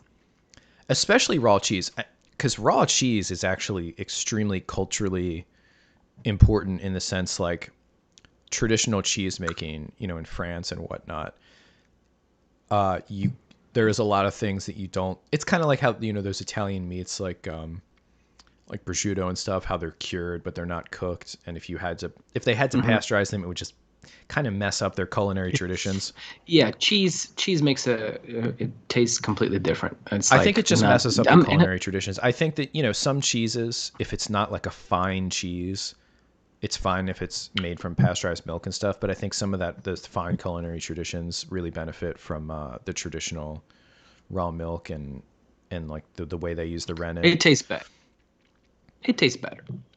a good raw milk still tastes better than a good pasteurized milk. Well, I think the Okay, so freshness, because the freshness is like I all, said, yeah. even But even in mhm. pasteurized milk, there are enzymes that will cause spoilage of some of the proteins and fats.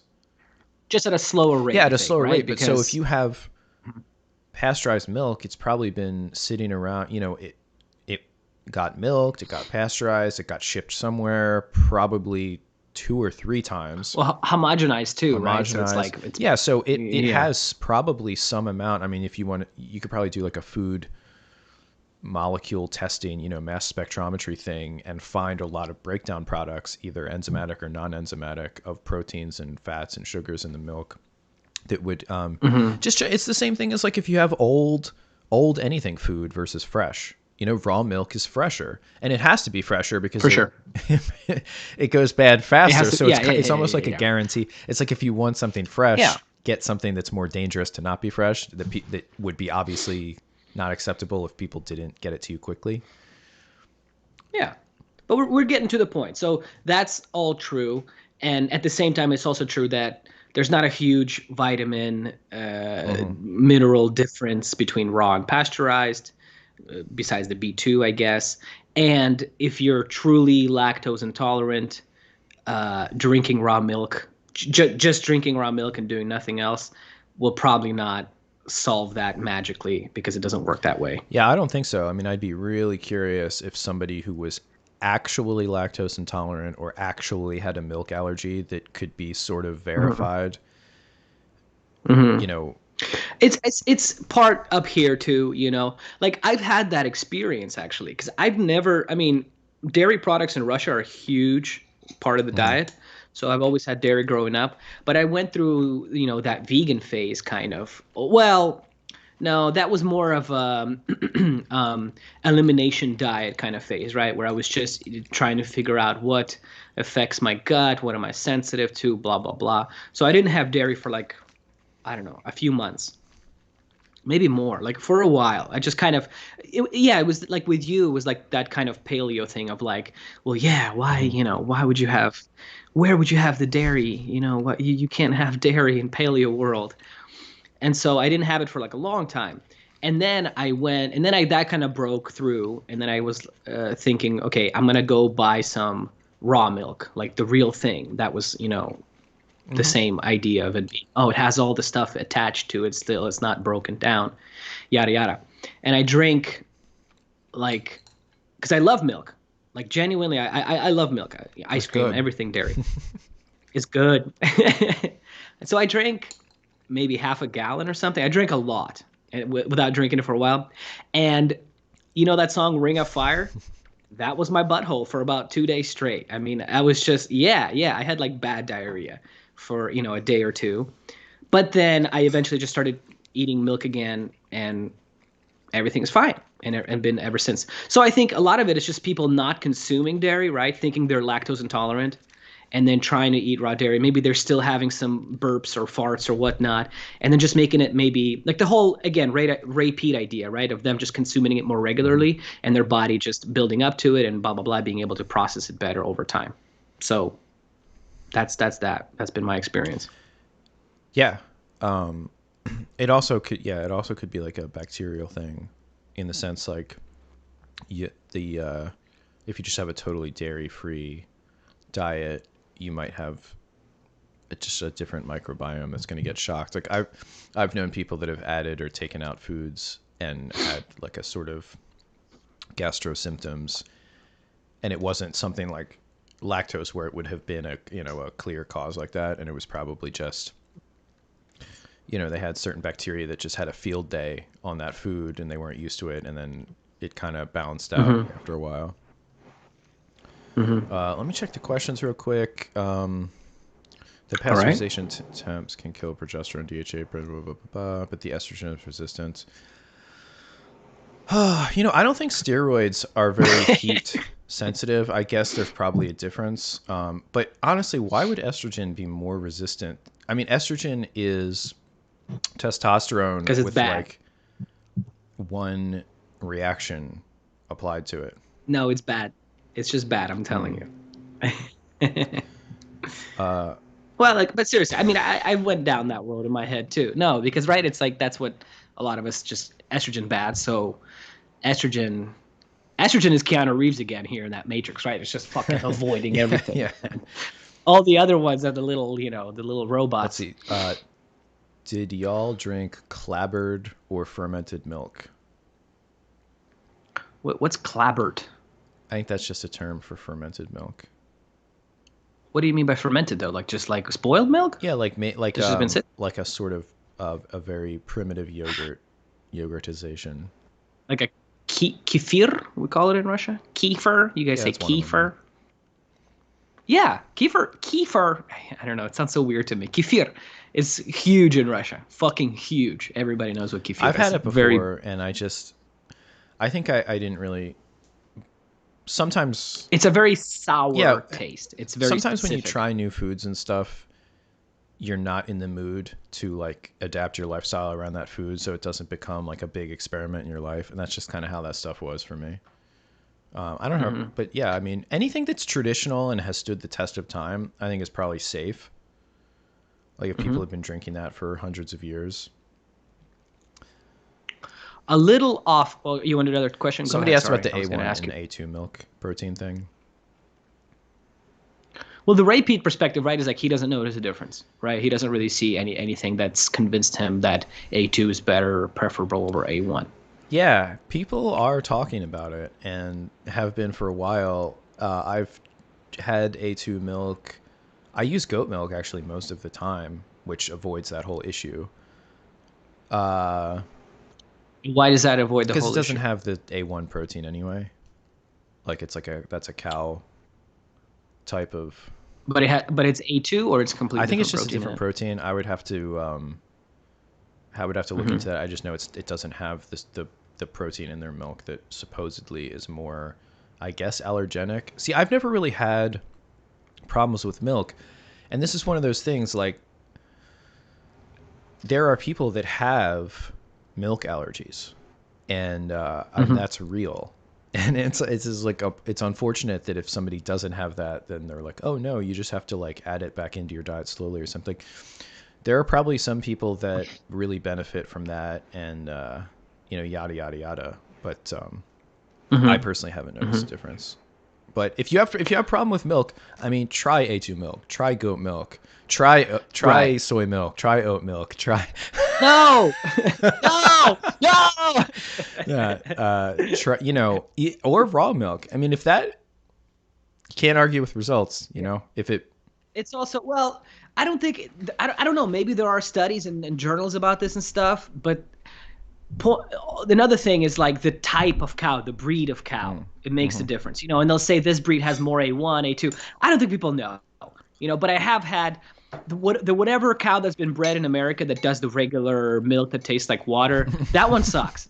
And then the other one that it's like a little more yellow, a little more kind of, I wanted to say soapy, but creamy, I guess. That one is more delicious. And usually they say that's a New Jersey cow, right? But there's other ones too that have that same kind it's of just Jersey cow. variety. Oh, Jersey? Oh yeah, not New Jersey. Hey, gabagoo cow. No, but yeah, okay, Jersey cow, Mm-hmm. Jersey cow. But there's other ones too. I can't remember the names of them right now. Holstein or something like Mm-hmm. that. So like I get milk from the Amish here delivered, and yeah, their raw milk tastes completely different from this other brand that sells raw milk. It's a little more yellow, it's a little more creamy. They're both raw, but they're very different milks. So, like you said, I mean, general point is let people should Yeah, try people should different try stuff. different stuff, but just understand that the claims that like A1 is like going to mess you up or raw milk has Truth. enzymes that digest it for you. That's there's varying level. I mean, the enzymes thing I think is just a total like kind of a total farce. The A1 A2 thing is probably very individual specific, which that makes it hard to do science because it's a very nuanced thing to do a study. Like people doctor type people will accept that if somebody has a genetic disease, obviously they would be a subject for a study that's trying to look at that versus somebody that has a normal phenotype. But Hmm. when it comes to things that are, may have different kind of causes and you can't point to like this one thing, because they'll say, oh, look, there's a non-statistic improve, there's no difference in this like big randomized trial for this treatment or this thing. That doesn't mean that, say there's like 1,000 subjects. That doesn't mean there's these tails of 100 people on this side and 100 people on that side that are like hyper and hypo responders, and that it's a real effect, just because like the big data kind of dilutes it. And I think it's hard to make the argument in this scientific climate. Like people don't want to think that they just go, oh, well,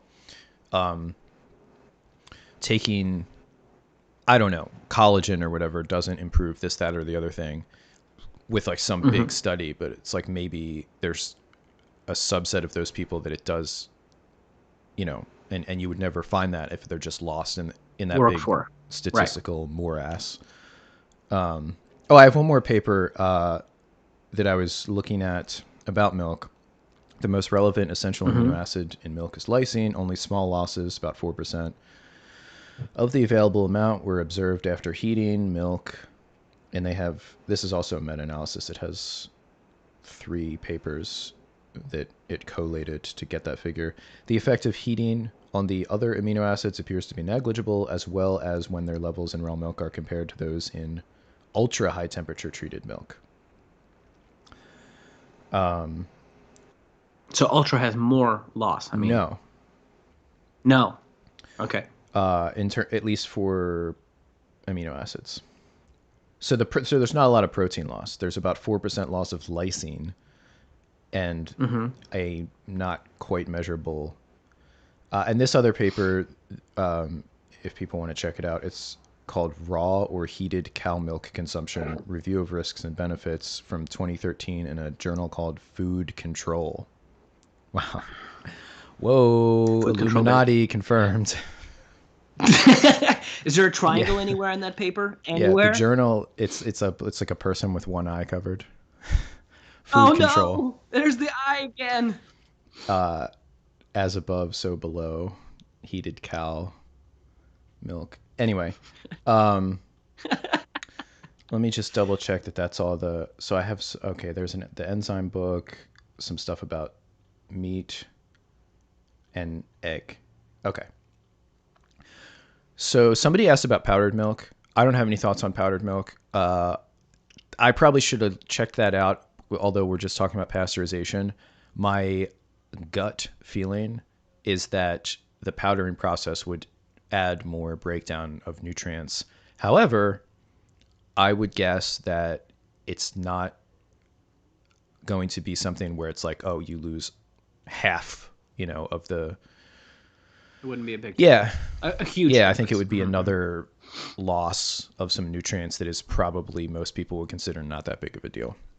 Although, again, like with the vitamin B2 thing, there might be 1 or 2 susceptible nutrients. I was surprised at vitamin A because, like I said, in the papers that I was looking at for meat, and depending on the vegetables, for beta carotene, vitamin A can get knocked down by like a third in most types of cooking, and even more than half. So. Okay. All right. So. Moving on to meat. Yeah, sure. Since you're eating meat. I am.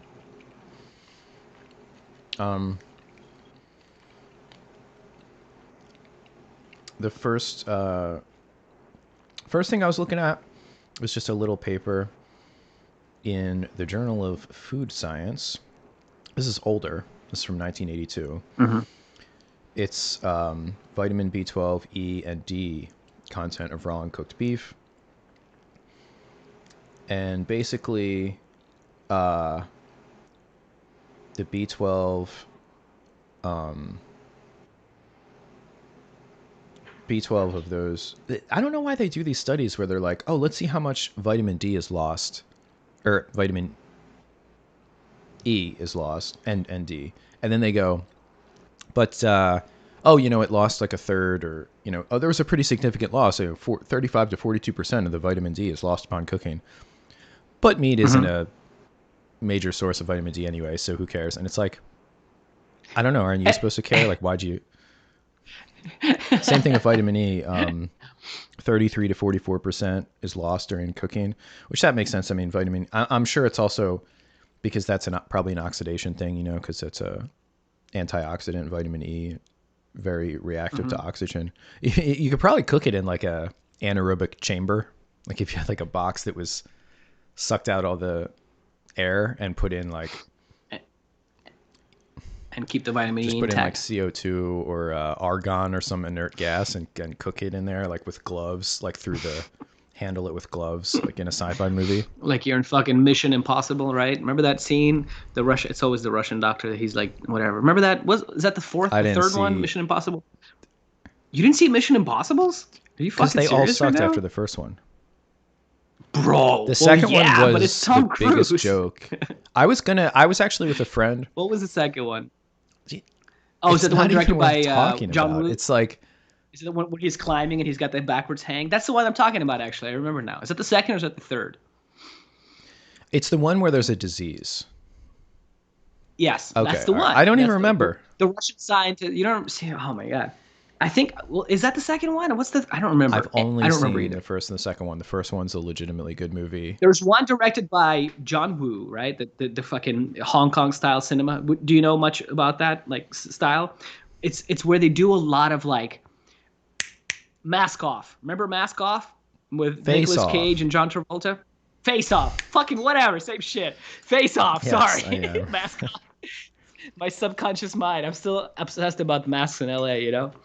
Um, all those scenes where it's like he's walking and there's like wind blowing and then it's like a slow mo, like an Mm-hmm. unnecessary slow mo of like his hair blowing in the wind and like him turning around and that's all like very Hong Kong style cinematography. So the same thing that was one of those guys directed that Mission Impossible. He's like climbing, right, and then he like turns around and he's like Mm-hmm. hanging Mm-hmm. backwards on a fucking cliff, and then all that was that Mission Impossible when he's driving with the girl and they're like driving and then he's trying to like chase after her and then they meet somewhere on a cliff and then they start like spinning around each other in their cars and it just goes back and forth between his face and her face and it's just slow mo wind.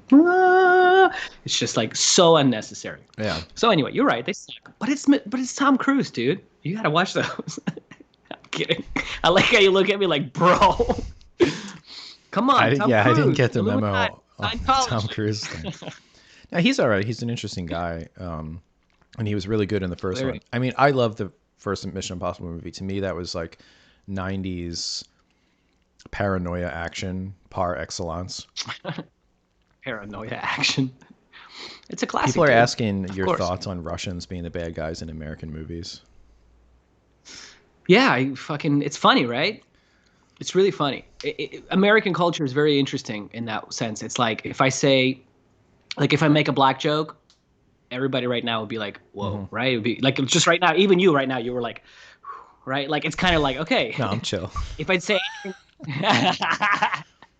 but you know what I mean. If I say anything about Mexicans, it's like, oh my God, don't do it. Like Donald Trump's Hmm. border, right? If I say anything about any other ethnic group, but then with Russians, it's super cool to be like, hey, fucking commie, Hmm. or fucking Russia. It's all and I guess it has something to do with the Cold War and that history. But it's really funny that you can literally say anything about. I pretty much think any other culture you cannot. It's very no no no no no you can't say that. But if it's Russians, nobody gives a fuck. Like everybody just fucking Is Putin. there a Russian movie industry that has a bunch of American villains? No, that's what I'm saying. No, there wasn't. That's the funny thing. There wasn't. I don't keep up with like pop culture in Russia too much because it's Hmm. retarded. But maybe there's now, but traditionally Hmm. no. And You know who the when villains I should would be? whenever Chechens. well, that's true. Yeah, I mean Russians would do that. That's a Russians are pretty racist in that way. So towards that ethnic group, but yeah, it's pretty funny to me. I don't take it personally though. All right. Okay. Yes, back to raw meat. Yeah. Sorry, man, I took us on a little route. No, it's fine. It was actually the freaking commenters. Uh, So anyway, they go on to say, because actually, and then they go, oh, but actually, vitamin B12 is, meat is an important source of that. So these results now, unlike the other two we reported, these actually might mean something. Let's Okay. see. So is there a big loss of Vitamin B12 B12 when content of raw and cooked separable lean ranged from 1 to 10 micrograms per 100 grams. Fat trim. Wait a second. what happened? I guess it's not. Sorry. 27 to 33% loss of B12. So about a third from cooking in beef. Repeat that. So Yeah, about a B12. third of loss. Okay, when cooked. Yeah. And then, so that was just that one paper. That was kind of a stupid paper, but I just kept it because it, I don't know. Anyway, there's a much better one from 2006 in the Journal of Food Composition and Analysis. There are so many journals. Vitamin losses, retention during heat treatment, and continual changes expressed by mathematical models. And this is some type of like Slavic paper because all the people's names have a ton of letters that don't look like they should go together. Is it like the Polish joke? Yeah. What? Did I tell you that Actually, joke? Slovakia. I'm clicking on the Oh, it's names of not the Polish. scientists, and it gives. Did I tell you that about the Polish guy, the Polish guy that went to his optometrist? Did I tell you that one? Uh, Polish guy goes to just see his optometrist, and the optometrist is like, "All right, sit down. Can you read these letters?" And the letters are like C Z W S K Y Z, and then the guy goes, "Read it. I know the guy." yes, these are Slovakians. Um, so okay, so this is a really good paper because it goes through. It's setting up this mathematical model, I guess, based on experimental results for all micronutrients. I'm sorry, vitamins, not minerals, but all vitamins, and it goes through fat soluble and then water soluble, and so you could just scroll around and see, okay, vitamin A, stable under an inert atmosphere, however, rapidly loses activity when heated in the presence of oxygen, especially at higher temperatures. Mm-hmm. Effect of cooking, 98 degrees Celsius for 30 minutes on carotenoid content, and this is for vegetables. All, up to 20 to 55% loss. Now for meat, because we're not talking about vegetables, chicken liver. Boiling the entire piece of chicken liver resulted in 5% loss of retinol. Boiling with cutting, so an emo girl boiling chicken liver and grilling, resulted in losses of 8% and 16%, respectively. Greater losses of 43% were observed for egg omelet compared to hard boiled egg, 11%. So greater loss with eggs. If they are cooked outside of their shell. So I guess because of the oxygen, if you boil Mm. an egg in its Mm, shell, mm, it doesn't lose as much vitamin A. Not nearly as okay. much. We've got frying chops. The best cooking mode for preservation of all vitamins was frying chops.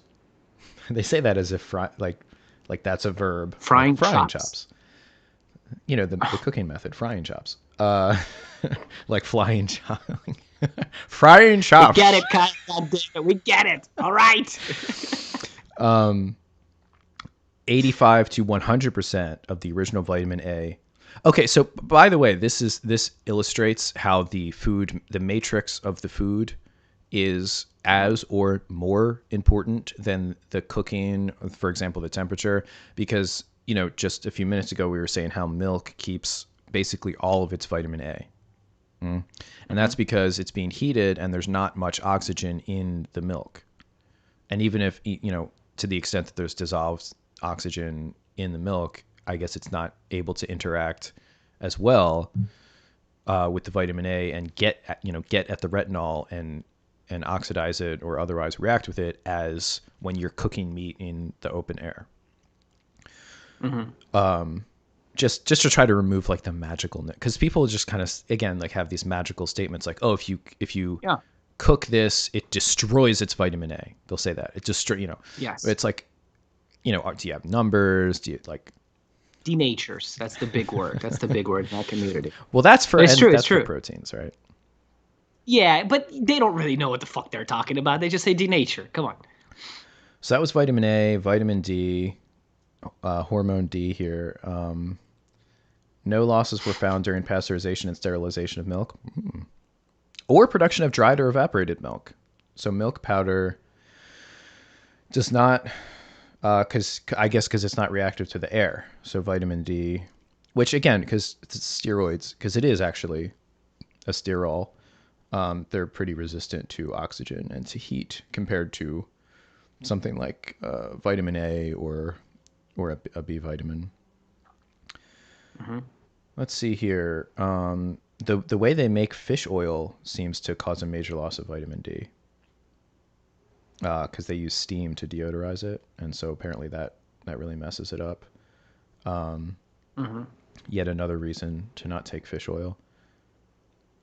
Vitamin E is not very stable. Culinary treatment of meat decreased vitamin E retention to 40 to 80%, except in broiling and roasting of pork meat where the decrease of vitamin E was lower. So vitamin E, although there isn't a lot of vitamin E in meat, there really isn't after you cook it. Chicken nuggets. Fucking yeah. This is the same journal. This is the same paper, right? I'm just scrolling down. This is a big review, and they don't like. It's funny because they'll be talking about rabbit meat and chicken liver, and then the next paragraph is about chicken nuggets and breaded shrimp.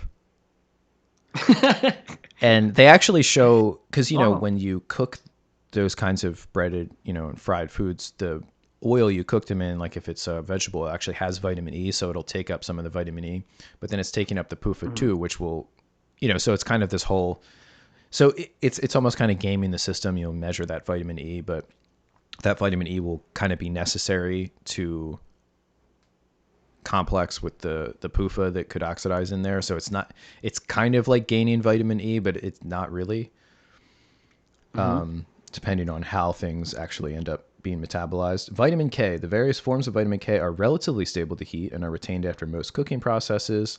However, it's K is destroyed by sunlight and decomposed by alkalis.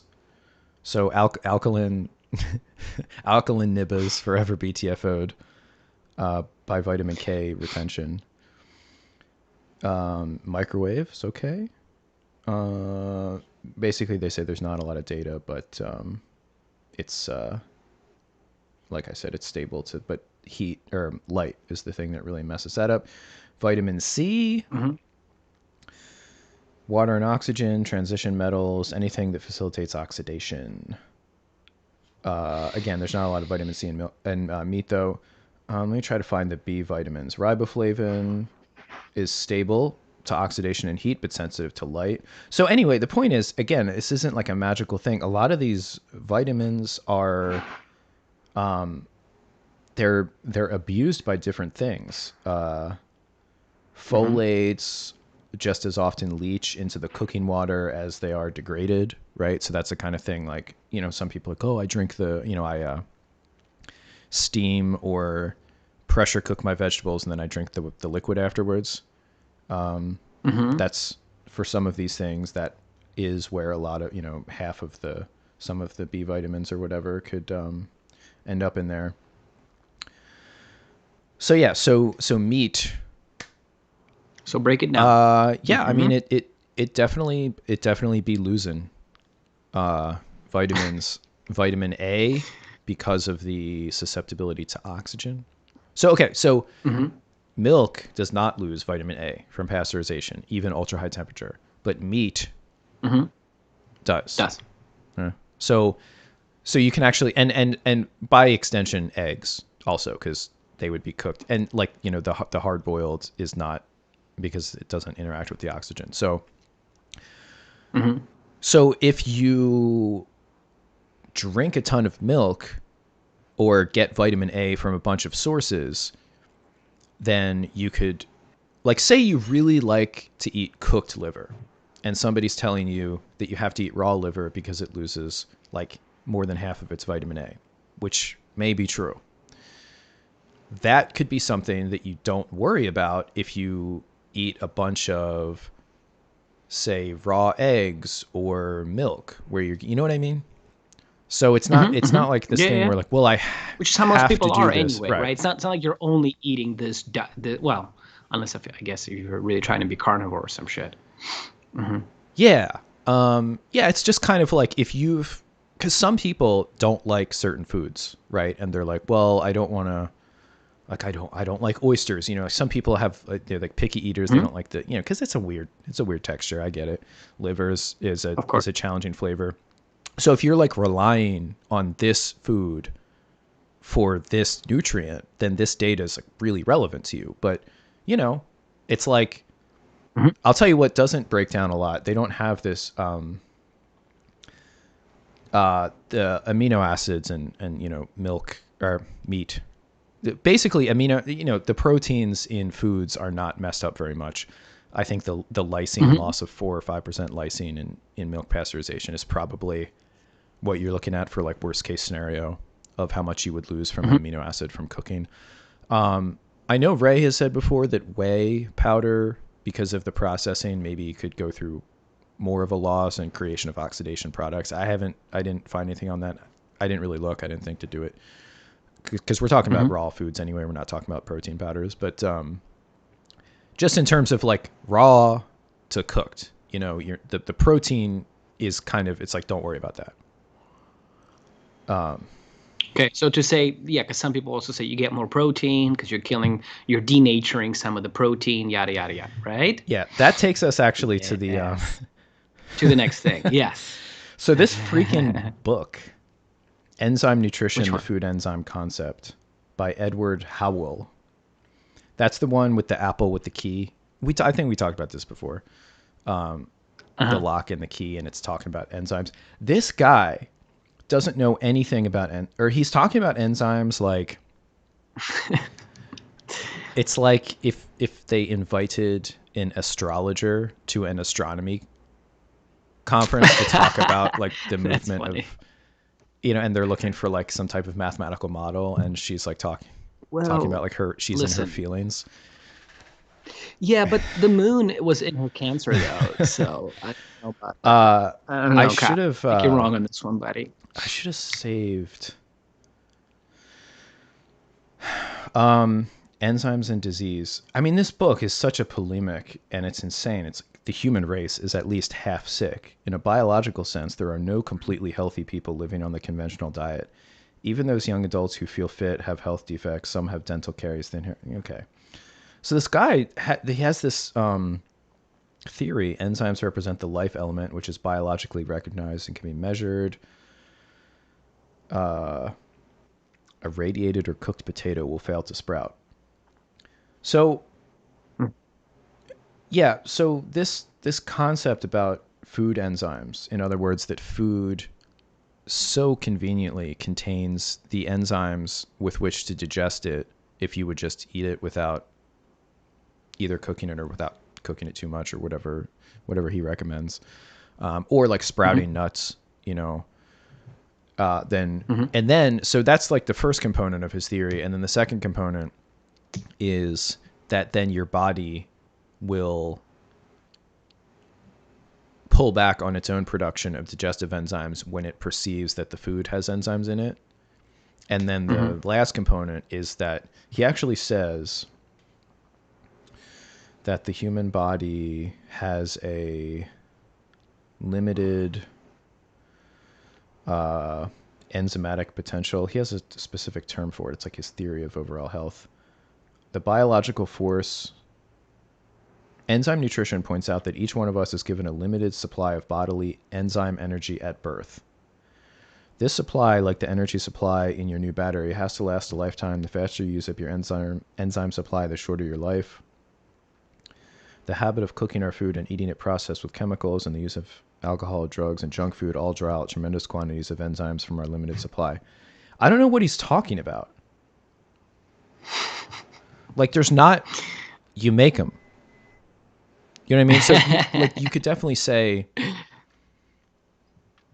There's a lot of things you could say, say about, we have a limited amount of like biological such and such, right? You age, you build up problems, your hormonal profile changes, after you're way, way, way past puberty and things start to break down.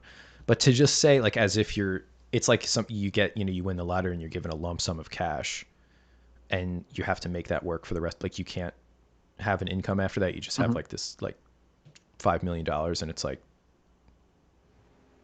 that's what you have. Yeah, that is not, that's like a really, and he doesn't really, he talks about, it's almost like enzymes. He's like magicified enzymes, the food enzyme So anyway, yeah, this, I think this book might, cause I read this book when I was a raw vegan.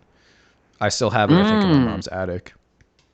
I should get my copy. And I think that we could do a show actually reviewing this book because there's there's a lot in here. Enzymes represent the life element, which is biologically recognized and can be measured in terms of enzyme activity. So he's just making up shit, basically. Well, he's like poetically just describing. I guess enzymes were sort of new in the early 1900s.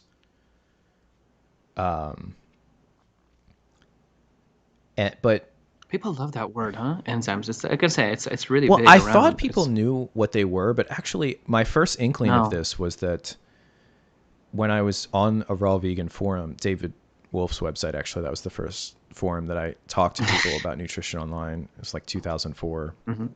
There was this girl who was saying, "I collect rainwater because it's raw and it still has its enzymes." I remember that. Yeah. I remember that theory going around. And I was like, remember that. Yeah. It's water. Your face. So like to her, enzymes just mean this like ambiguous life force that's imbued in natural things that haven't been processed. You were like, you want to go on a date or something? Hey.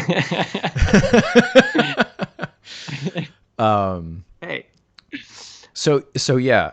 By the way, your stomach acid denatures and completely cleaves apart. We were gonna.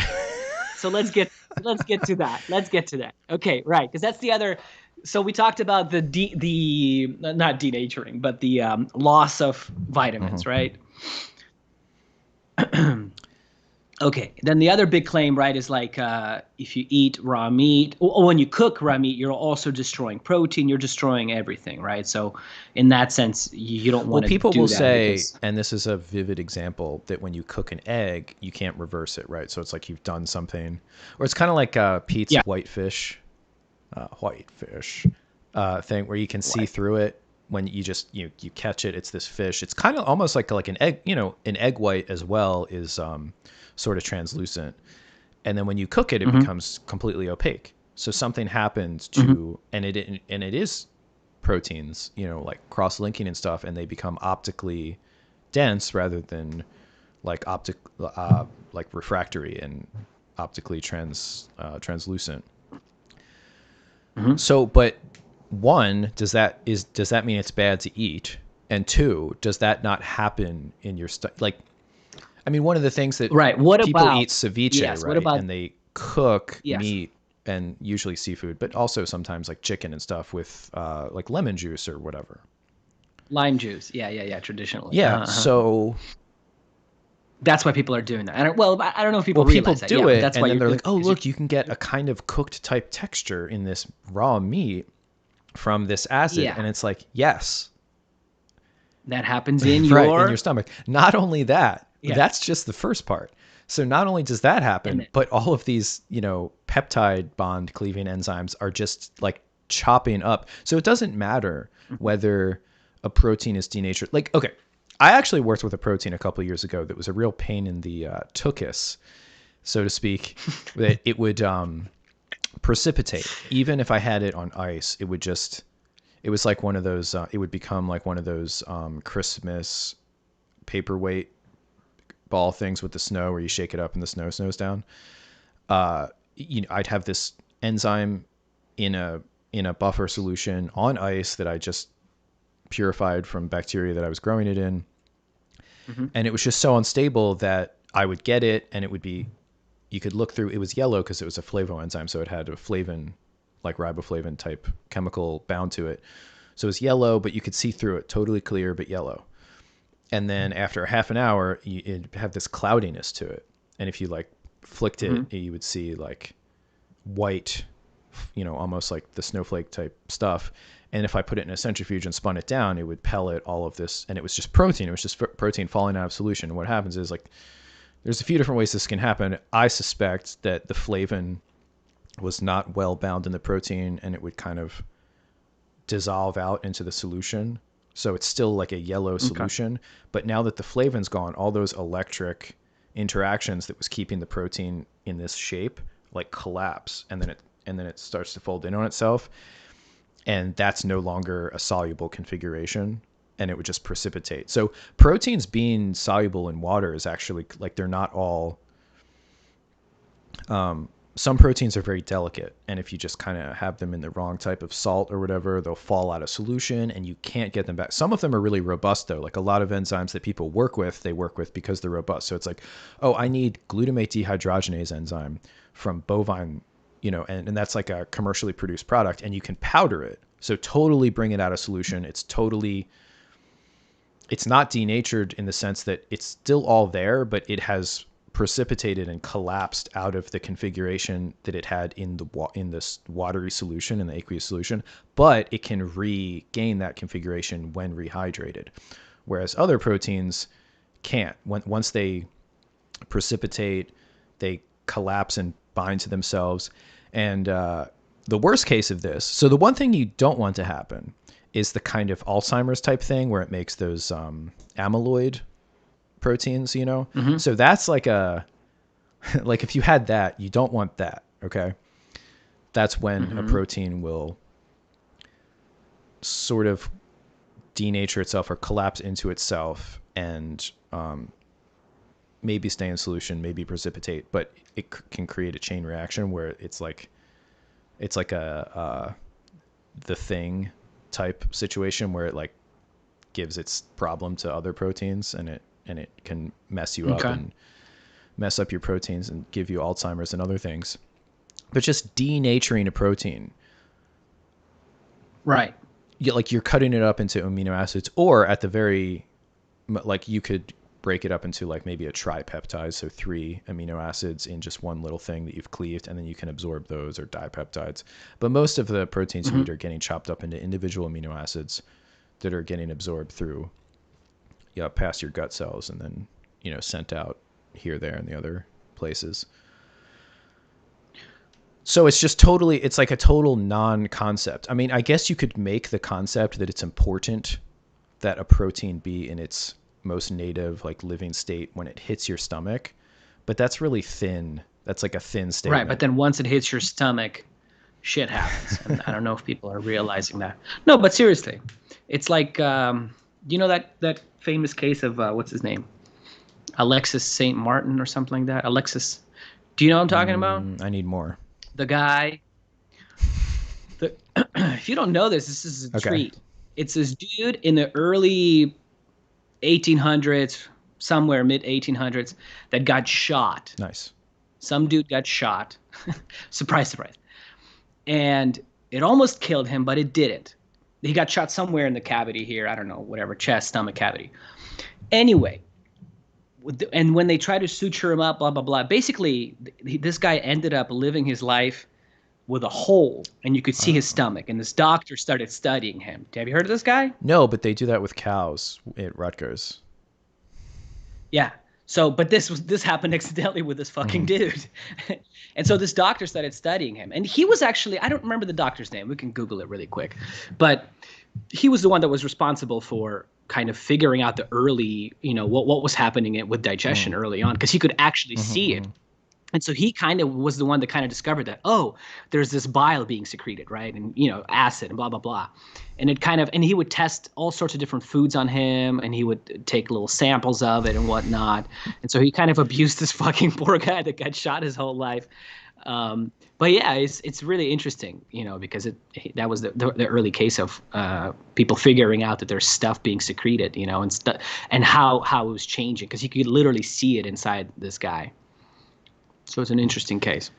Yeah, that was probably like one of the anecdotes in a class a while ago, but I didn't remember the name.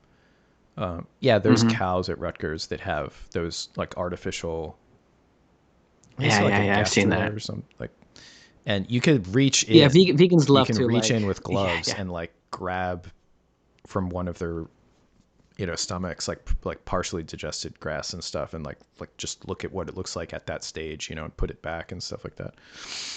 Yeah. Pretty wacky. Yeah, I was right about the name. Alexis Saint Martin, and the doctor's name was William Beaumont. Beaumont. Beaumont. This was in America, though, so I'm sure. Beaumont. There we go. Beaumont. Yeah, that's French. Yeah, digestion occurs. Some of the conclusions is like digestion occurs first on the surface of food particles. Contact of food with the gastric mucosa results in the release of gastric secretions. Word up. A healthy stomach lining is pale pink and coated with mucus. Alcohol causes an inflamed gastric mucosa. Vegetables digest more slowly than meat. Mm-hmm, Surprise, mm-hmm, surprise, mm-hmm, motherfucker. Oil is particularly hard on mm-hmm, mm-hmm. digestion. The stomach churns by moving up and down and side to side, aiding digestion. So, yeah, they were figuring this stuff out pretty early on. And like I'm just saying, just to wrap it up, that there's a lot of stuff happening within your own stomach when you're eating, whether it be raw meat or cooked meat. So the whole denaturing thing is an interesting idea, which doesn't really make a whole lot of sense. Yeah, sorry, I'm scrolling through this enzyme nutrition thing again, and it's like triggering me. Um, Why? because this guy just makes these just so stories. He's like, animal flesh and organs, particularly muscle meat, are amply provided with cathepsin. It is found in every pound of meat Mm-hmm. in the butcher shop. When a tiger or other carnivore tears off chunks of flesh from his prey and swallows them, the cathepsin within the meat itself is right at home and lightens the burden of digestion for its counterpart. Yeah. Okay. He's just making up Well, shit. he's We saying, get it. Okay. So why now, would it uh-huh. be that there are no reasons why the food enzyme cathepsin should not engage in gastric digestion equally with the cathepsin secreted by the stomach? On what grounds should other food Mm-hmm. enzymes with like pH characteristics be disqualified from? Well, I don't know on what grounds, although there may be some, but does it in fact happen? And does it happen Mm-hmm. at significant levels? Does it actually survive the whole digestive process to be activated at the time that normal digestion is? And even if all that does happen,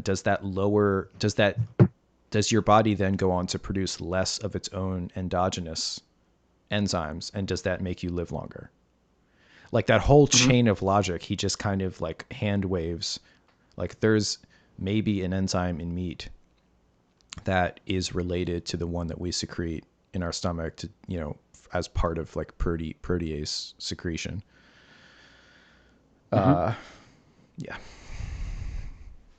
Okay, so now we get into the idea of, right, because their idea is you want to eat raw because you're not denaturing Mm-hmm. anything, right? Without thinking about all the stuff that happens inside. How about what happens as far as if we're testing, if we're taking eating raw meat versus cooked meat, how much is being absorbed? What sorts of what's happening on the inside? What are we getting out of it? What are we not getting out of it? Like, what's the difference between absorption wise between cooked meat and raw meat? For meat, I don't think there's much of a difference. But what we were talking about before was with eggs. Mm-hmm. So with eggs, what was that study that I told you to pull up, and then you found like a different one that was the same Yeah, thing? yeah. You said there was a Russian one. I found I said Bulgaria, but Bulgarian. maybe I was wrong. Maybe it was Belgium. Maybe it was just the B that I remember, but I don't It's know. from it's 1998 in the Journal of Nutrition. Digestibility of cooked and raw egg protein in humans assessed by stable isotope techniques. So they spent a lot of time in this article talking about how studying this stuff has been challenging because if you just study, what's in the thing, right, and you eat it, and then you study like what's in the feces, that could be that could not all be because you absorbed it in the small intestine. It could be stuff that breaks down in the colon, from bacteria and stuff. So it's not, and it's like, who knows whether that's a significant amount. So they were using Hmm. ileostomy patients and like taking stuff out Hmm. of their ileostomy bag. Little Yeah, so back. it's like Hmm. before it Hmm. hits the colon. So they're basically like, we were catching it at this point where it has just passed the point at which amino acids are generally absorbed in the small intestine. So anything past this Hmm. point is something else is happening to them, whether they're being chewed up by bacteria or chewed up and then absorbed, by you, but not as amino acids or whatever. And then Hmm. they also use stable isotopes of nitrogen and carbon to label the egg protein. So that, because again, when you're digesting protein, you're secreting a lot of protein, like enzymes, digestive enzymes. So enzyme nutrition confirmed, and then reabsorbing most of that. And some of Hmm. that actually gets denatured. So some of the enzymes that you secrete, you know, they don't make it. They don't. It's like you're rescuing your guys in Vietnam in the helicopter, and like not all the rescuers make it back, or they're in Hmm. pieces. Let's see here, but the actual key number here, which holy moly, did I lose it? I highlight it. Okay, it has. Damn it. No. So yeah, so the digestibility of raw egg protein is like 50%. So 50% of the protein is Hmm. malabsorbed. And for cooked protein, it's like 91% is absorbed. So that's like a really big Mm. difference. So for whatever reason, Yep. I think it's the egg white protein. I don't think it's this because the yolk, has much more fat than protein, and obviously, vice Hmm. versa in the white.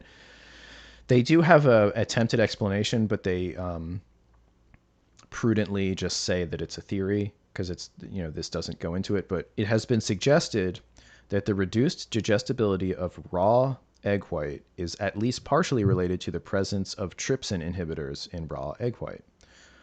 Hmm. Ovomucoid is quantitatively the most important trypsin inhibitor. However, it does not react with human trypsin and is relatively heat stable when other egg trypsin inhibitors, ovo inhibitor or papain inhibitor, interfere with the digestibility of unprocessed, or whether other trypsin inhibitors do the same thing is unknown. So anyway, the idea is that because eggs occupy a totally different place than meat and milk, right? Because milk is meant to be consumed and digested by animals, baby animals, and meat is just meat. It's like the animals that are Hmm. giving you meat are kind of unfortunately doing it, but eggs, like all of the protein and stuff in eggs is for a very specific growing purpose and really not to be. So there's Hmm. eggs are like an anti-fruit. It's like eggs don't want to be eaten bigly. Hmm. So and they also have a lot of the same with seed. People talk about enzyme inhibitors in seeds and how you should sprout, soak your seeds. Hmm. That's true. I'm not sure if that has an actual effect on digestion of nuts and seeds because, like, we're just talking about animal foods, so I didn't refresh myself with that information. But it Hmm. appears that because you've got an egg, right? It has to grow. A lot of chemical processes have to happen, and you don't necessarily. You might want to stop proteinases from acting in this part of the egg, and turn things on and off at different times, just like with seeds, how you don't want seeds to necessarily sprout at the wrong time. So there's all kinds of like inhibitors and other chemicals that bind with things, and eventually through the metabolism of the thing actually growing at different times, that stuff gets broken down and pushed away. And then of course the egg becomes an animal, and then it's just meat. So yeah, in that case, actually slonking raw eggs is I don't know. I mean, I think egg yolks Kind are of pointless. probably, and again, they unfortunately they don't break this down between. You probably keep they probably keep more of their nutritional profile, Yeah, right? definitely. But you could also soft boil an egg, or you could sunny side up it, right? So you could kind of get the best of both worlds. You could get more of the protein absorbed and still probably keep most of the nutritional profile of the yolk. Yes, sir. And then there is actually one danger, which most people know about, which is the biotin binding protein in egg white. Is that the makes you bald or whatever? Is that the one? Well, yeah, Oh, biotin right. deficiency, yeah, it does a lot of things. But Yeah, so egg whites have a protein called avidin. avidin. Yeah, that's what I was It's thinking named of. after because it's bird, aviary. And there's not a lot of good big studies on this. Like they didn't take people and induce biotin deficiencies in them and things like that. The literature is mostly case studies, so it's medical journals with case studies where a doctor has a patient who has a weird thing that doesn't respond. It's like an episode of House, right, where it's like a mysterious constellation of symptoms, and you have to be big brained and figure out what it is, and it's never what like the dumb junior doctors first think it is, like the obvious diagnosis. So that does happen sometimes, and those are what become case studies because they're clinically significant. This one, human biotin deficiency, a case history of biotin deficiency induced by raw egg consumption in a cirrhotic patient. So this was a 60-year-old woman. So they basically say the reason why this happened to her is because she had not the best liver, so her storage of biotin was not that good. So her rundown of that from eating a diet with a lot of raw eggs in it was much, much faster. So again, and it's kind of like with the A1, that thing, the A1 protein, like just because it only bothers some people doesn't mean that's not real, and just, I'm sure there was another study I didn't save because it was another case study of two young children who I guess ate a lot of these sandwiches with chicken liver spread, or not, they were eating raw eggs. The chicken liver spread was something else.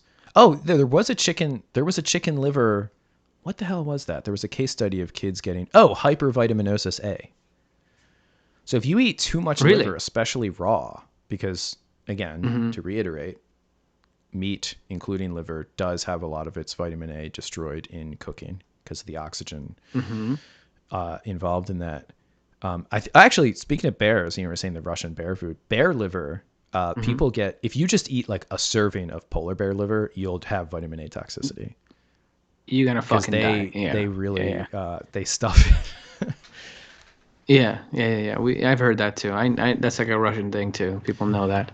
And so Yeah, any yeah. liver, basically, if you're eating a lot of it, and if you have, so I think these boys in this clinical, so one of them died. So it was like two sons of a family, and they ate a lot of chicken liver, like pate. Basically, it was like a major part of their diet for some reason. And A raw no, chicken I liver think it was just pate? like something you get like at a I was just deli, say a or shitload like of it, like the huh? pork Okay. liver pate Okay. that you see at like Whole Foods at the cheese section, like that kind of thing. Maybe they were making it at home, and I don't know. But anyway, I think that they had, I don't know if it was monogenetic or a constellation, but they had, like not the best vitamin A processing.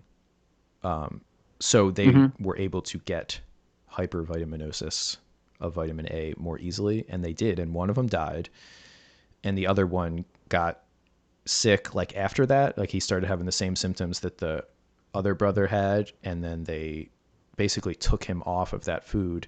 And it took like years for his blood retinol to go back to, because normally you shouldn't have any retinol in your blood.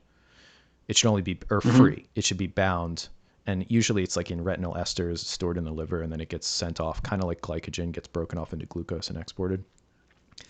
He just had so much. So if you just have like vitamin A like floating pure around. actual retinol in your blood, that essentially is vitamin A toxicity. So he had that for like 2 or 3 years, even after stopping eating any foods with vitamin A. Like he was on a low vitamin A diet. So he clearly had a vitamin A storage or metabolism issue. But yeah, I mean, I'm curious, like when is the first person going to die from like imitating Liver King? You know what I mean? That's like really irresponsible. I was looking at Probably won't be because of liver. Probably because of all the trend. You know what I mean? So well, maybe Trend different liver, will the other mess liver. up his liver, so that his liver That's what I'm will have a saying. problem, metabolizing and storing vitamin Yes. A, and he'll give himself. Yes. Did you see that fucking video that he made? That somebody just sent it to me. That he was saying a lot of people are saying I'm not natty, so I want to share my stack with you. I thought he came then out and said he took stuff. No, and he put No, like I did see that. I syringes. saw that, but I thought like Oh months my ago God, he came out bro. and said, "Yeah, like I No. advocate natural stuff, but I do take." Because he obviously, Unless I really missed it. I and I'd could be have surprised, sworn 'cause he I did, follow- but then I follow an account which just makes fun of him. Like that's all that it maybe does. It just maybe I makes fun of saw him. a spoof post. I would be very super. I don't know. I'm not sure, but I haven't seen that. Like I said, because I do follow an account that just I don't follow him, but I follow an account that just spoofs him, and it's really funny. So I don't know. Maybe, but I doubt it, dude, because that ruins everything. As soon as they do that, they become But you he's get offed. like, if anybody thinks that he has a natural, it's not even that he's so big, because he's not that big, but his Well, type dude, of talking about it's even a joke to me. It's like you just Exactly. come on, like stop. I can't even acknowledge if people ask, like, do you think he's natty or not? Like, yeah, that kind of just go, physique where like like that kind of ab where it sticks out and it's but really cut. Like it's kind of like it's like a clear. I think it's not just he's taking like growth hormone. Well, probably, and probably all sorts of shit, or at least has taken. Because again, people are these assholes that do these type of Michael Hearn pieces of shit that fucking do that. They'll also do the thing of like, say they were a competitive power lifter for 20 years and they took all sorts of shit and then they stopped. And now all they take is testosterone. They'll tell you, no, I don't take anything. I don't take any steroids. I only take testosterone. And it's like, but the 20 years that you did take growth hormone and trend, it affected Right. your body composition, right? Obviously. So it's like this fucking game that they play with you, Yeah. Well, So, people are always anyway. going to say the thing that makes it sound the good best for them. Yeah. So just to finish the So I egg wanted- white or the Yeah, egg yeah, thing. go So ahead. that's actually a case where now that I'm looking at this, I'm like wondering outside of yolks. So raw egg yolks, because of the fatty acids and stuff. So that's another thing. I didn't get into the fats too much. Fats actually don't get too beaten up by cooking. Obviously, PUFA can oxidize, but really saturated fats can also be damaged by cooking temperatures because they're so high. It's like type of cooking, and again, it's mostly the oxygen thing, which is similar to the vitamin A. Anything that's susceptible. So of course, a lot of cooking methods, are mixing with a lot of oxygen, but it really isn't like you'd think that fats would be one of the things that break down a lot, but it's kind of, not that big of a deal. I had a question about the avidin thing. So what's the difference between when you cook it or eat it raw? Is there less or more avidin? There is, I think some of it is destroyed in cooking, and it depends how you cook it. But there is still avidin protein that can bind biotin in cooked and processed. Because I know I saw other things where people had given themselves issues by taking a ton of egg white protein as a protein supplement, and they gave themselves biotin deficiencies. Really? Yes. Wow. Actually, Chris Masterjohn was So talking about that because he's doing his big vitamin book. Wow.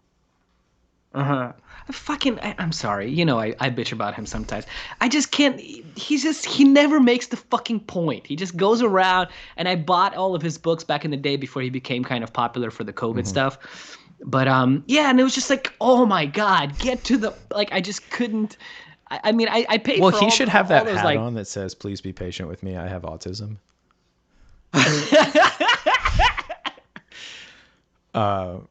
But no, he was doing a stream actually, and he was talking about this like late last year, last fall maybe, and he Mhm. did actually give some numbers. I didn't write them down, but he was talking about with processed egg white protein and the issue with biotin, and that you can like if you were like, okay, I'm gonna get 50 grams of egg white protein a day from as part of my Mhm. like bodybuilding diet, that could cause an issue, but it's So not not. that Mhm. hard if you just if you took a bunch of raw eggs and just threw the whites out, like what I did where I had the two egg yolks in my tartar thing. It just Mhm. takes That's the other thing. The biotin deficiency will hit you, but it doesn't take very much of egg yolk or other. I mean, I'm not sure like the whole chart of like high biotin foods, but whatever is like a really good source, it's not that hard to get. So like you can take in egg white protein. And just eat more of the foods that have Right. more of the It's like biotin. it's easier Mhm. to deal with than some of the other things that cause issues. It's pretty easy to get. But again, like you can't like if you're eating raw eggs, it's almost like you would have to do. You know how people are like, "Oh, I'm healthy. I'll have an omelet and it'll have one whole egg and three egg whites." It's like the opposite. Yeah, yeah, yeah. It should be the opposite, huh? Well, but it's that comes from the bodybuilding thing because they're trying to Right. avoid the fat, right? And they want just the protein. But okay, okay. And that's probably okay And because and I do think a lot of that avidin is probably deactivated from cooking. Not all of it, but so it's less of an issue. If you have like an egg white omelet, mhm. it's less of an issue. Okay, okay, good. We cleared that up. Okay. Somebody said it's funny how everyone has heard that about polar bear livers. Meanwhile, 99% have never seen a live polar bear. Yeah, I know. I have it as a note on my cell phone. Like whenever I leave the door, it's like, hey, don't eat polar bear liver. And probably never will see a polar bear ever in their entire fucking hmm lives, right? Oh, somebody asked if you're Only on moving Coca. to Florida. I'm trying to Somebody make it asked happen, that baby. every stream. I guess I have a lot of friends in Florida, huh? Shout out to Florida. So yeah, there's some chats, but there's not big. There's not any questions here. Somebody said there's a video where he ate a whole egg, shell and all. I mean, a ton of people have done that. Liver King. Yeah, old school shit. God, it's crazy how those things become just American culture. What is it with us, huh? They fucking love that stuff. Some guy. Oh man. Well, Oh, so yeah, yeah, I was yeah. just Go gonna ahead, go say it's ahead. because Say it, and then Americans I don't was have an gonna. authentic culture, or it's been I so guess like so. destroyed. Like we don't have a culinary tradition. Well, it's been destroyed. Yeah, it's not like you don't have it, because that's also another thing that used to annoy the fuck out of me in American college. It was like when they would say that whole hmm thing, right? That it's like there is no culture in America. We're a mixing pot or a melting pot. Sorry, melting pot. And it's like every major city in the world right now is a melting Mm. pot. Every single one of them. Okay, I understand what they're trying to say that it used to be that way, yada yada. But okay, what about jazz? That's an Well, American thing. yeah, I wouldn't brag about What that. about McDonald's? I wouldn't brag about those. Well, come on, whatever. It could be so many things are American. They're great, but it's I don't know. It used to annoy me because I'd be like, oh my god, stop it. And I know why they're doing it. You also know why, but you know. Okay, I wanted to also bring up the calorie. Have you read that book by Richard Wrangham? Wrangham? Richard Wrangham. I English haven't, but I cooking. actually talked a little bit with a scientist that was working with him at Rutgers. Oh, it's cool, man. He seems like a really cool guy. Wrangham? Or Well, no? he No, really no, like so rustled okay. my jimmies back in the day because I was doing the raw carnivore, and he was suggesting that cooking food was like what made humans human, and I was like a raw foodist, Yes. so I was like, but Yes. yeah, Yes. But yeah, that's what I wanted to that's bring a up. yeah. But he has a point where he talks about, yeah, you were a raw vegan at that point. No, Is that I what it was is? well when I first heard about Or you were a Wrangham, I raw was a foodist? raw vegan, and Mhm. then I Yes. transitioned from that to raw meat. But yeah, And so I've had that phase too, where I was just super vegetarian, vegan, and you've said this yourself. also you've lost a lot of weight, and so did I. I was like super fucking skinny, not in a good way, Hmm. right? And so Wrangham talks about that when you're not when you cook food, you actually are able to absorb more of the calories from the food, and that seems to be the case, right? Because all the raw vegans that go raw, fully raw, right? They don't cook anything. They're all fucking super lean and skinny. The ones that are truly Right. doing it, and like anorexically, like very severe. Um, I think though, I and think that I think nutrient absorption is probably part of that, but I think it's also just protein deficiency. Like I think they yeah, can't I support agree. their tissue mass that they had Yeah, before. I agree. But also, wouldn't you say that, let's say you were still raw, you were eating the same foods that you were eating while you were raw vegan, but say you were cooking them?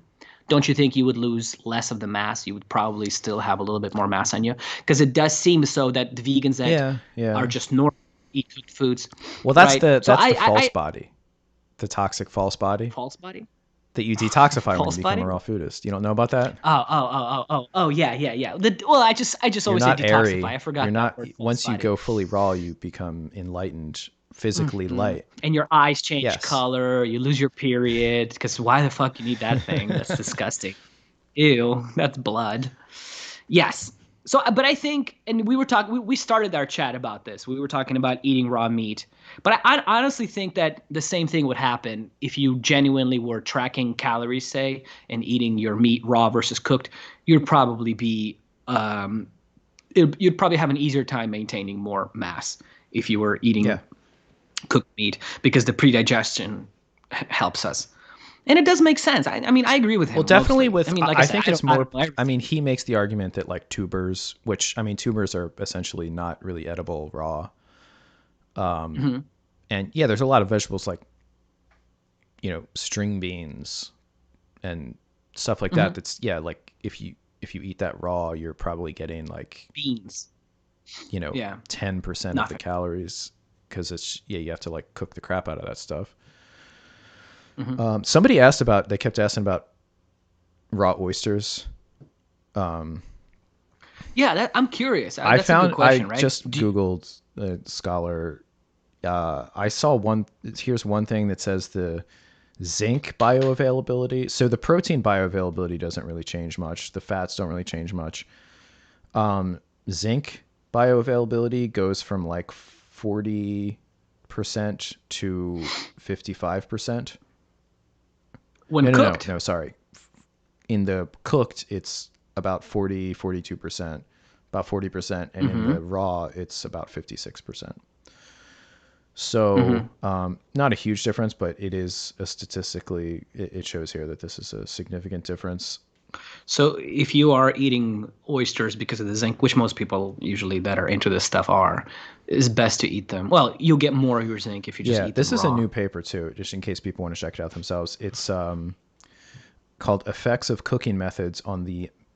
This is mostly about the Maillard reaction products, digestibility, Mm. and mineral bioaccessibility of Pacific oysters, Crassostria gigas, and it's in a journal called LWT. Hmm. It doesn't say what that stands for. It's like food science, and it says LWT, and then in smaller text, food science and technology. So, anyway, it's a 2021, April 2021 paper by Chinese people Okay. because Pacific oysters. And then there's another one, mineral contents in. Oh, sorry, this is oyster mushroom. Oops. I was just like Hmm. frantically scholar.google searching quality traits of raw and cooked cupped oysters. This has fatty acid profile. So this is looking at like, do the fats and the proteins change? And it's also looking at palatability. So this is more of like a food science paper, like the Hmm. chewiness, the saltiness, the sweetness of oysters in their raw state versus cooked. It's actually an Okay. interesting infographic. So this is called, yeah, like I said, quality traits of raw and cooked cupped oysters. This is from August 2019. in the European Food Research and Technology Journal. But again, this is more of a food science journal, so it's more it's about the it looks here like the changes are on of macronutrients are on par with the meat changes, so not much of a difference. Sometimes they report that lipids and proteins increase in cooking, and then they say this is probably because of the loss of moisture, and then they show the percentage is like identical, and it's like, what do you mean probably? It's like the protein content increased by 10%, the water content decreased by 10%. I'm like this is probably, and I'm like, I think you can like make a stronger statement than probably. Well, come Anyway, on. so Okay. I do think minerals. Actually, most of what I was reporting was vitamins because there's a lot more information on vitamins. Mm-hmm. Minerals, they're kind of funny because I think that they complex with things when you cook them and make them less bioavailable. But then in vegetables, they're less bioavailable in the raw state, right? Because of oxalates, my dude, and things like that. Oxalate's my man. My man. Oxalate's my man. That's Yeah, what he said, my my man. man. My man. So it's kind of like if what you're worried about is minerals, and I don't have like actual papers to reference on this, but the Hmm.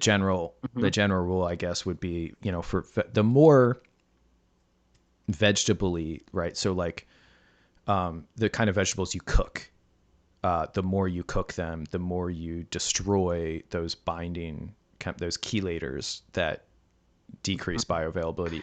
But with animal foods, it does look like there is a 10, 15, maybe 20% loss of bioavailability in some minerals.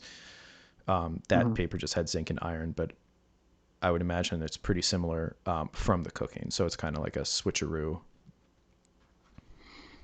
So you lose some, whereas with vegetables.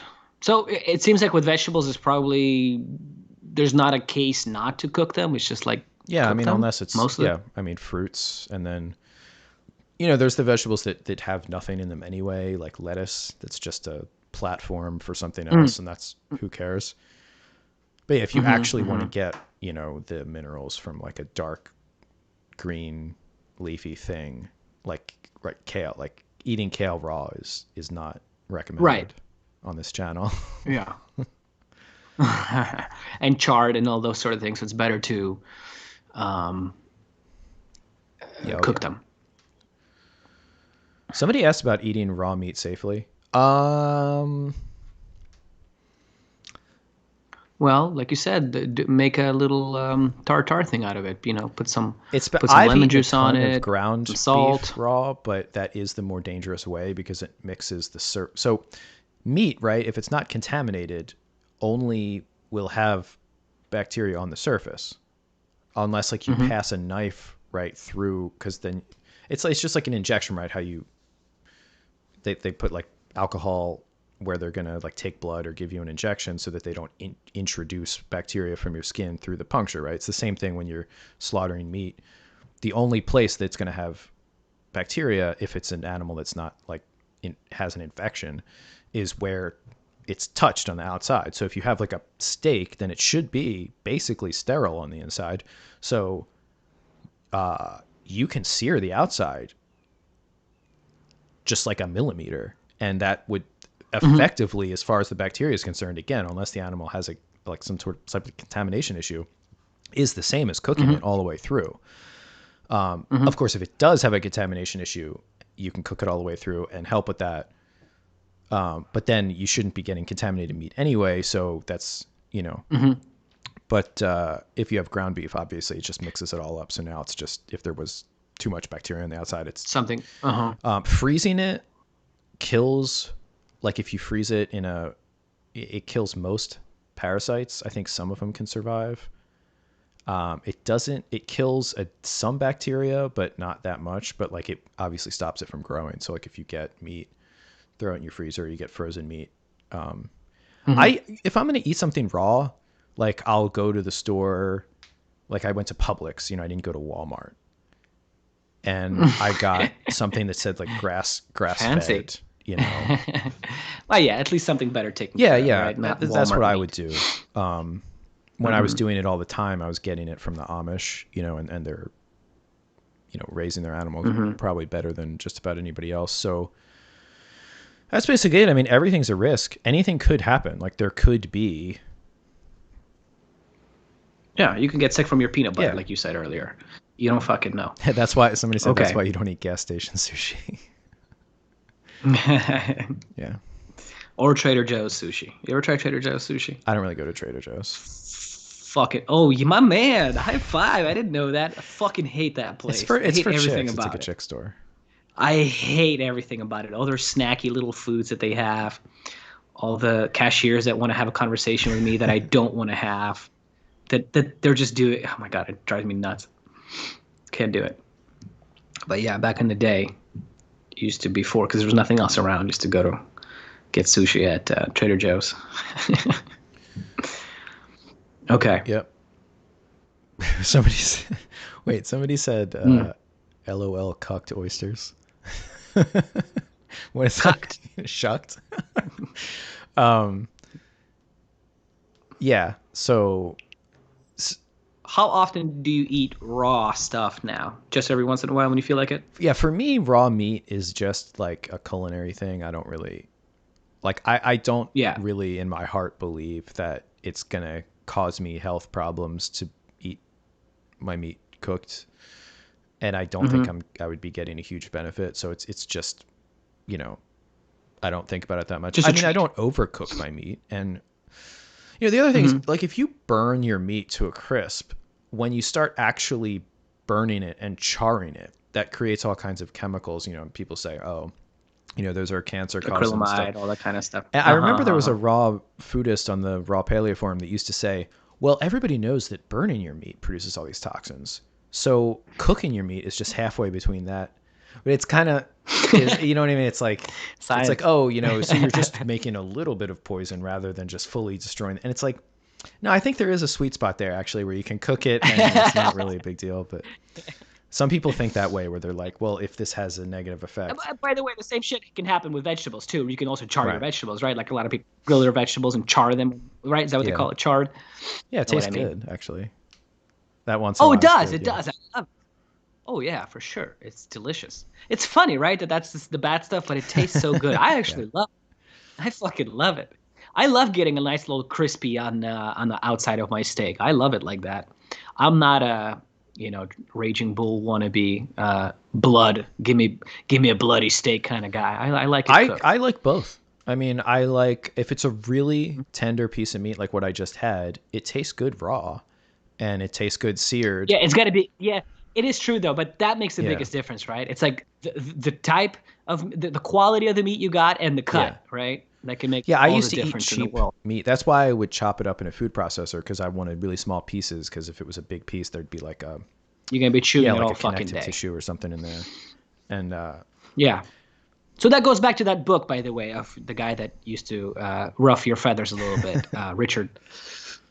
Right. That it's like we kind of, but I mean, it seems to be true, right? That if we were just eating raw everything all the time, we would just be sitting around and fucking chewing all day long, sort of like the monkeys do. And he has that yes. theory in his book. Yeah, yeah, I think that's probably And it, true. yeah, and it does seem to make sense, right? That it's like you want to build skyscrapers, like you got to eat some cooked food Right. and like get Well, it's on, like well, right? like what do you Otherwise, want? You know, they'll have the comparative anatomy with a gorilla where its digestive system is a much greater percentage of its overall. Like our digestive yeah, system is it's like if you look at a person who's relatively very small. thin or like a bodybuilder, the amount of their Hmm. body that is like for processing nutrients is like Yeah, minuscule, yeah, you it's know? tiny. And if you think about how much Yeah. energy our brain uses, like obviously what you're seeing is we're using culture and technology to take care of some of those steps for us, whereas a monkey, a gorilla, a rhinoceros, they have to do the whole thing in-house. So they get the Hmm. raw Hmm. nutrients and they have to make body mass with it in-house. So they have a whole factory and we Hmm. have diminished that. Like our, you know, people say our jaws are shrinking. That's a bad thing. I mean, it's bad when it's pathological and it messes with your bite and it gives you headaches and stuff. But jaw shrinking as such, I think, it is just part of humans becoming humans. Like you don't have a Right. gorilla jaw. our jars are shrinking, but our brains are Right. getting bigger, and everything else is growing, and blah blah blah, and we're making more skyscrapers, like Yeah, I yeah, said. yeah, yeah. So, But that's an important point, seriously, though, because I think people don't think about it.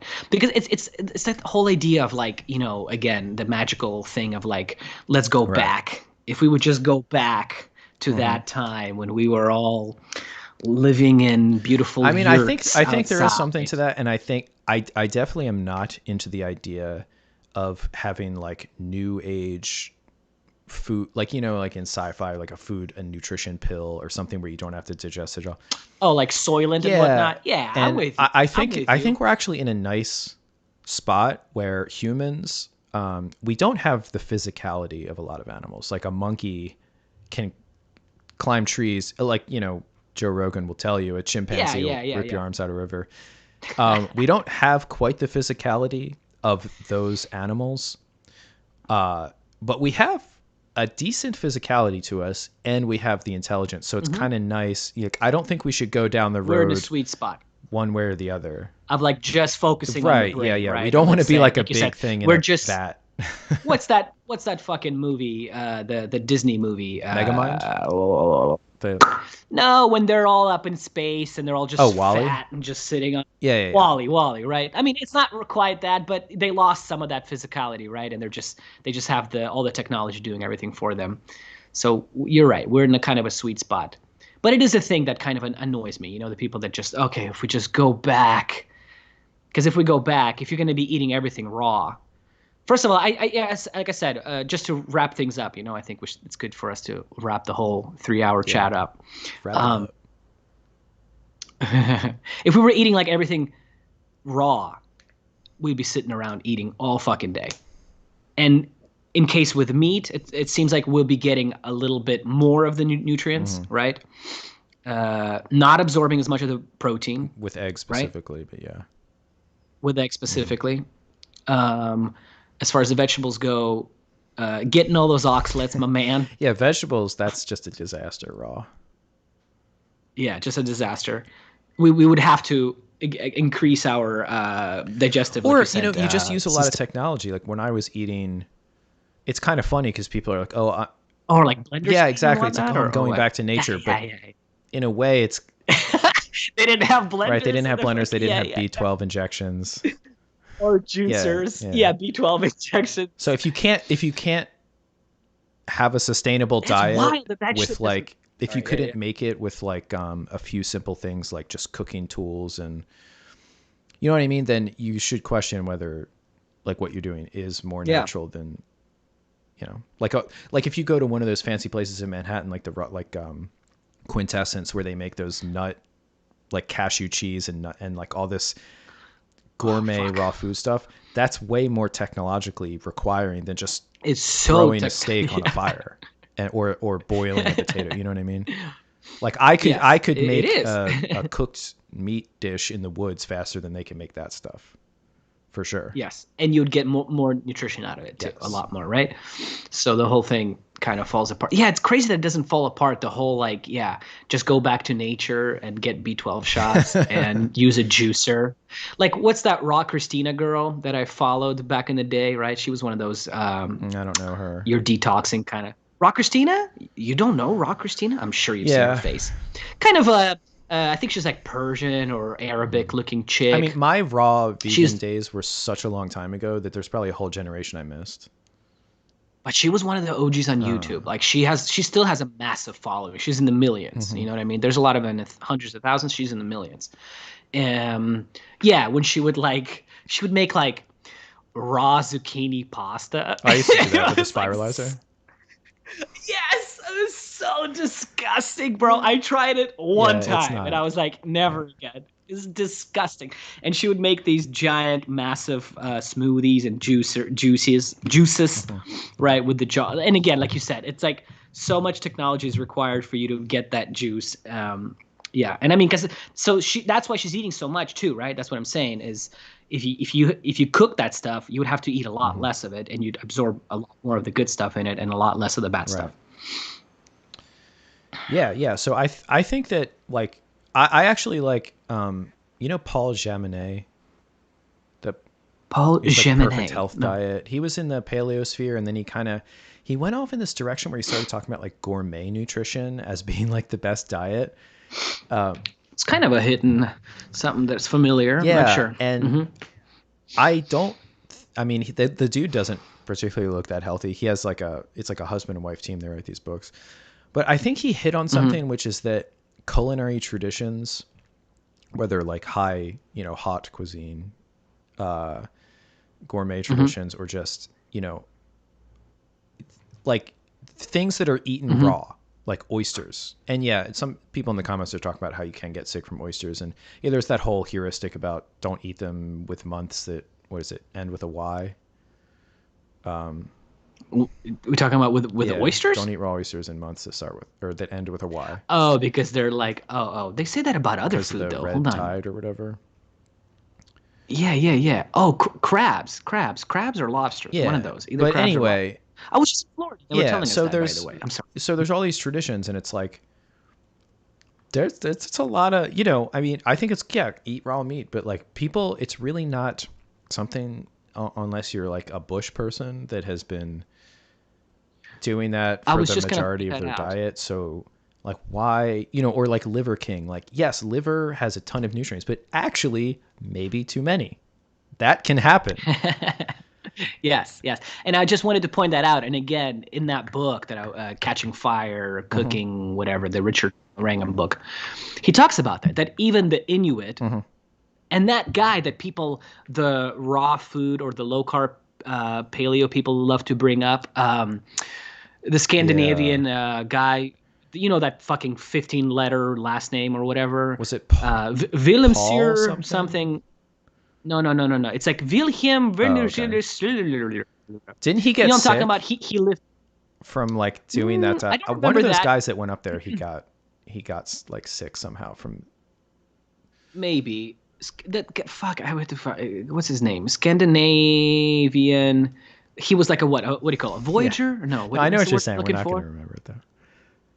No, we It's gotta it's it's fucking. not I even on gotta the tip of find my it. tongue. I don't remember. It starts with a V. I'll find it in a second once I say it, and then you say something. Anyway, that they mostly boiled their fucking fish Hmm. and all the stuff that they would find there. So even the Inuit that and it's hard to. And every once in a while they do eat raw Hmm. stuff, eyeballs and whatnot. By the way, there's a lot of those people in Russia that still exist in Siberia. That just live like that. Yeah, they cook everything. And Somebody in the and comments Richard said Reagan. Wilhelm or Stefansson. See, V, yeah, Stefansson, that's the one. See, I knew it was a V. Anyway, so he pointed out that, well, I remember reading his thing, that they mostly boiled fish Hmm. and cooked everything. And there's not really any substantial, like, Well, indigenous it people gets or tribe. fetishized by these people that like to the primitive peoples. They don't have the concept like, oh, well, like we're doing this, like they're just surviving, so they think it's like they don't even understand the fetishization of their lifestyle or this habit or that habit, and you know Right. That's just how it is. They're not thinking, oh man, I don't want to right. overcook this because what if the Maillard reaction's Yeah, gonna, and I'm yeah. sure there's so many misquotings of like when some old scientist was like, or who, Voyager found him, it's like, oh, why do you do this? And they're like, oh, well, but this is part of our tradition, and they probably overinterpret like we have to do it this way because the gods told, like Weston A. Price. It's like the kangaroo story, right? You know how the Yeah, kangaroos yeah, got yeah, yeah. named? Is that true Right? though? Because that was in that movie. Yeah, and Oh, Aussie okay. just told me that. I didn't know I that. saw it He from goes, Arrival, the movie Arrival. "Yeah, I guess so, man." They just went to the indigenous people and they said, "What do you call that thing?" And they say Right. kangaroo, and so they started calling it kangaroo. But kangaroo in their native tongue means I don't know. Somebody asked, is it So dangerous to eat brain? I think it's probably the most hear dangerous that, game, right? the most dangerous meat. I've had brain in I've had sheep tacos. brain, and it was fucking Yeah, disgusting. it's not Not good. good. Like I had it in tacos. It's really mushy. It's like a lungs. I've Mm-hmm, had mm-hmm. lungs, mushy as fuck and Yeah. disgusting. From Stefansson, somebody quoted, Eskimo women are sometimes grandmothers before the age of 23, and that they usually seem as old as 60 as our women do at 80.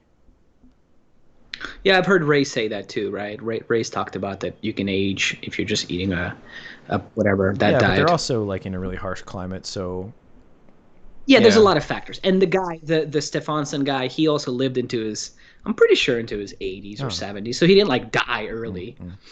you know, or prematurely, I guess. Yeah, so I think like these movements, it's again, it's just like these sexy online, like, oh my God, liver every day, or oh, somebody asked Hmm. what's too much liver. I think that again, I actually think that the amount of specifically vitamin A that can cause people problems is very divergent across genotypes, and also Hmm. probably like your activity level and just all kinds of things. I don't eat liver. The most that I eat now is one, like, they usually come in those lobes. It's like half. Hmm. It's like a Hmm. slice of like, eh, Yeah, like that's the way they serve it yeah, here too. Just a little slice of it, um, whatever. which is probably 4 to 6 ounces, something like that. I'm kind of ballparking. Yeah, that sounds Um, about right. I usually will, because where I get it now, I get a package that has those individually vacuum sealed, so it's really convenient for me to just take one of those out of the freezer, thaw it, cook Mm. it, and I'll eat that across 1 to 3 meals, like just throwing it in stuff. And Mm. I'll do that once a week. Sometimes I won't even, some weeks I won't even do it. So I'm pretty sure since I eat eggs once in a while, I mean, I consume dairy, I'm pretty sure I'm hitting like pretty high targets just with that. Yeah. So I don't know. That would I probably be wouldn't eat it like, every day. I don't do the like you do it. I mean, I thought although it's a great strategy, I think for people that don't like love eating liver, that to throw it into food, like you were saying, it's a great little tip. Like put it into soups Hmm. and all that you do. I just make a meal out of it, and I just usually, honestly, like probably once, twice a month tops. That's me. I just don't crave it Yeah, I more than think that. that's all you need. And yeah, I think I would really not recommend eating it more than once a week. I mean, unless the amount you're eating is tiny. But if you're eating Hmm. what would look like a serving of meat, of liver, more than once a week, I don't think that's necessary. And if you happen to be one of those unfortunate people that has bad vitamin A storage or metabolism physiology, more than that, you Hmm. could, especially like, I mean, if you're eating, I'm sure like across animals, like maybe even there might be some cows that just have more. I don't know. You never know. Like in these, it's funny like reading Hmm. these case studies because it's like, oh, this family ate this product and it's just like this confluence of things, and then one of the kids dead. It's Yeah. like life comes at you fast, you know. Yep. Oh yeah, somebody said Jamine paleo plus white rice. Well, maybe that's what he's saying now. I don't know. What do you think Hmm. of the Samburu and Maasai doing raw milk and blood diet, and outsiders always visiting saying how they radiate health? Yeah, I mean, but people, there are one of the things about the Weston A. Price book that I appreciate still to this day is that he Hmm. demonstrates that you can have an almost entirely like ogenous almost diet like the Maasai, and you can have a Hmm. high grain diet like some of the peoples in like the Breedes Islands or some other places, and like have pretty decent life expectancy and fertility and health and stuff. So Hmm. um, yeah, I think that maybe if you're like genetically Maasai, then like that's maybe that's a good strategy for you. But like if you're not, then I doubt drinking milk and or blood and eating like raw Yeah, liver what's up? every What's day. up with fucking Paulie over there is doing blood shots now, apparently. Somebody sent me Dude, like a he's vid of turning him into doing. like a shock jock. Like he, Well, he's just becoming insane. Like you can see it in his yeah, eyes. He's yeah. slowly losing touch with the reality, which happens when you get popular too, right? You have a lot of people around you that are like, I was "Yeah, shocked how yeah, much healthier he looked in that clip that you posted. yeah." He does, His right? He skin tone, does. because Yeah. he uses makeup now in those videos, and it looks so obvious and bad. Like he uses like a fake foundation. His skin looks, it looks almost like CGI. Maybe it's the camera. I don't know. Because sometimes there's those new cameras do the fucking face Okay, whatever whatever. It's whatever it is. filtering. It's fake. But Oh yeah, yeah, yeah. It's his fake. face It's out. skin looked actually really healthy in that video 2 or 3 years ago. He looked like because he was just, and it was 3 years ago, 2019. So he was Yeah, so he was just going from transitioning. normal into this high carnivore. Yeah. Yeah, yes. Hmm. Um, yeah, Weston Price did say that the groups that had both well-prepared grains and animal foods were healthiest. Yeah, I guess he said that. I think because yeah, his conclusion was pretty much that grains actually are a good basis for a human diet, which is funny. Hmm. Peters only eat blood and sugar. Is eating blood Petarian. Uh, vitamin A and acne. Only if you put sugar in it. Uh, anyway, yeah. So people are, yeah, Chatting. people be chatting. Um, yeah. So yeah, I think that these extreme diet things, it's so unfortunate. I always I get a little annoyed when I see how many followers people get with these like wacky like fad things but I can't be too pissed off about it because I'm so bad and make such small efforts towards growing anything, like this YouTube channel or anything. Yeah, but come on, Kyle. They'll blow up and then they'll blow up again. You know what I mean? They'll Right, come and right, go right, as right. fast as Yeah, it's slow and okay. steady wins You the can't race, baby. slow and steady. Maybe by the time we're 78, we'll get some Yeah, following on 2070 prediction. Nutrichronology 2070. 1 million I subscribers. like it. I like it. We'll have it. We'll have it. Friend below will be getting millions of views. Yes, it's okay. You don't want to. I mean, but how many of those figures have you and I followed over the years to now? We're like, Yeah. oh fuck, Yeah, like I know. where I are mean, they easy now? come, easy go. I mean, there we go. David Wolf, right? I mean, how big was he? And then now everybody's kind of aware. Well, most people are Well, the thing aware. is, when you're really good at marketing and you have high rates of attrition because your info sucks, you do tend to reach a dynamic equilibrium where you're bringing in new stupid people who haven't figured out Mhm. the score yet. So Mhm. that's what a lot of those people specialize in. A lot of their longevity is just it's like kind of almost like a pyramid scheme. Like they're always bringing in new investors. Uh, Yeah, I mean, Liver King's doing that right now, right? that guy he's very memeable, so that's really his key to success. Man, People are now saying like, "Oh, I spared your." Yes, thank you anybody that shares the videos and stuff. That's cool. Uh, you have to share photos / shorts of things you buy and make. Yeah, I mean I do that sometimes. It's just I think the amount of stuff I do, it's not enough to get really popular, but it is enough for me to do it sustainably like forever.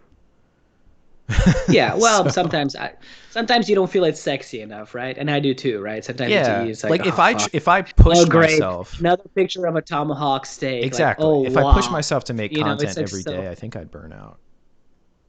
Yeah, So exactly.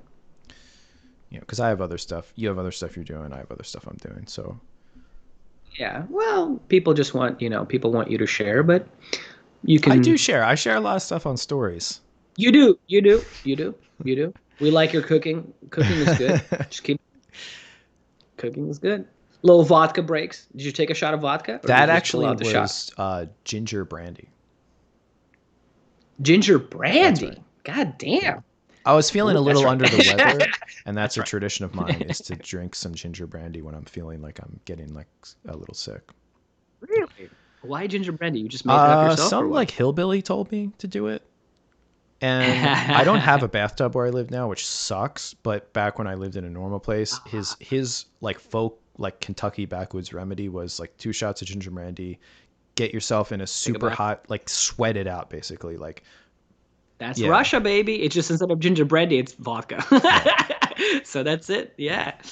Oh, go to a. I want. Is there? I forgot to check that. I wanted to check if there's any saunas because it's Florida, so I imagine there's not a lot of Well, there's saunas like a there. regular one in my But gym, just like a gym sauna. Yeah, that's good enough. Should do that. Well, if you have you got to make the yeah, effort yeah, to go yeah. there. I get it, but I'll go if I'm feeling crappy too. I'll go to saunas Mm-hmm, here, whatnot. A Korean spa, Russian sauna mm-hmm. here, or the gym one works too. Yeah, baths are fuck. I know baths are. We need one of those when we get our million. Maybe in 2070, when we get the million subscribers, we have one of those standalone Hell yeah, bathtubs. You know what I mean? That's just like just in the middle of the fucking giant bathroom. clawfoot. Ooh, love it. Oof, See, I'm a yes. Japanese Oof. bath. Like I've been wanting to have a Japanese soaking Oh, tub for like you're a a Tim Ferriss decade type, now. aren't you? Oh But God. yeah, But But that's All good right, so stuff. we're at That's good 3 hours. So I think, yeah, I hope that Yeah. this was. Somebody said, "Have you seen the Carnivore MD cocktail?" No, and I don't want to. Um, Is it just blood and yeah, it's what probably is it? it's probably like some like fermented. You know what? I don't. Because he doesn't drink I'll see coffee. it later. How? Next podcast from the hot tub. All right. So do you have any closing? I'm pretty much. No, thanks everybody for watching. Hopefully we got some Yeah, if anybody good has any like information out there. specific questions about raw, because we tackled what could kind of be construed as general raw food, like dangers and benefits and stuff like that. There's probably some specific things that we didn't address because there's always a million details, but we could like Mhm. we could address some of those in the future. But I think overall it's like the fetishization of raw food and raw animal foods, I think is ahistorical, Mhm. unscientific, and faddish. But I think that they're fine to eat if you like them, as we showed for some foods. They improve, digestibility of some nutrients. For some, you lose, and there are some risks, but they're, blah blah blah. There's ways to. Remember that you have a cooking going on Yeah, inside of you, not just that's cooking right here in front of you, but true, right? I'm seriously that people don't yeah, think about it, that there's a lot of cooking going on inside, and shit happens even beyond just the hydrochloric acid being right. released, right? It happens in your small intestine, your large intestine. There's a lot of shit happening. So don't forget that in a way you are cooking your food, Mm-hmm, mm-hmm. whether you are cooking it or not. Yeah, gastroceviche. Gastroceviche. Ooh. All right. So that's gonna be it. Peace out, Peace everybody. out from Balone.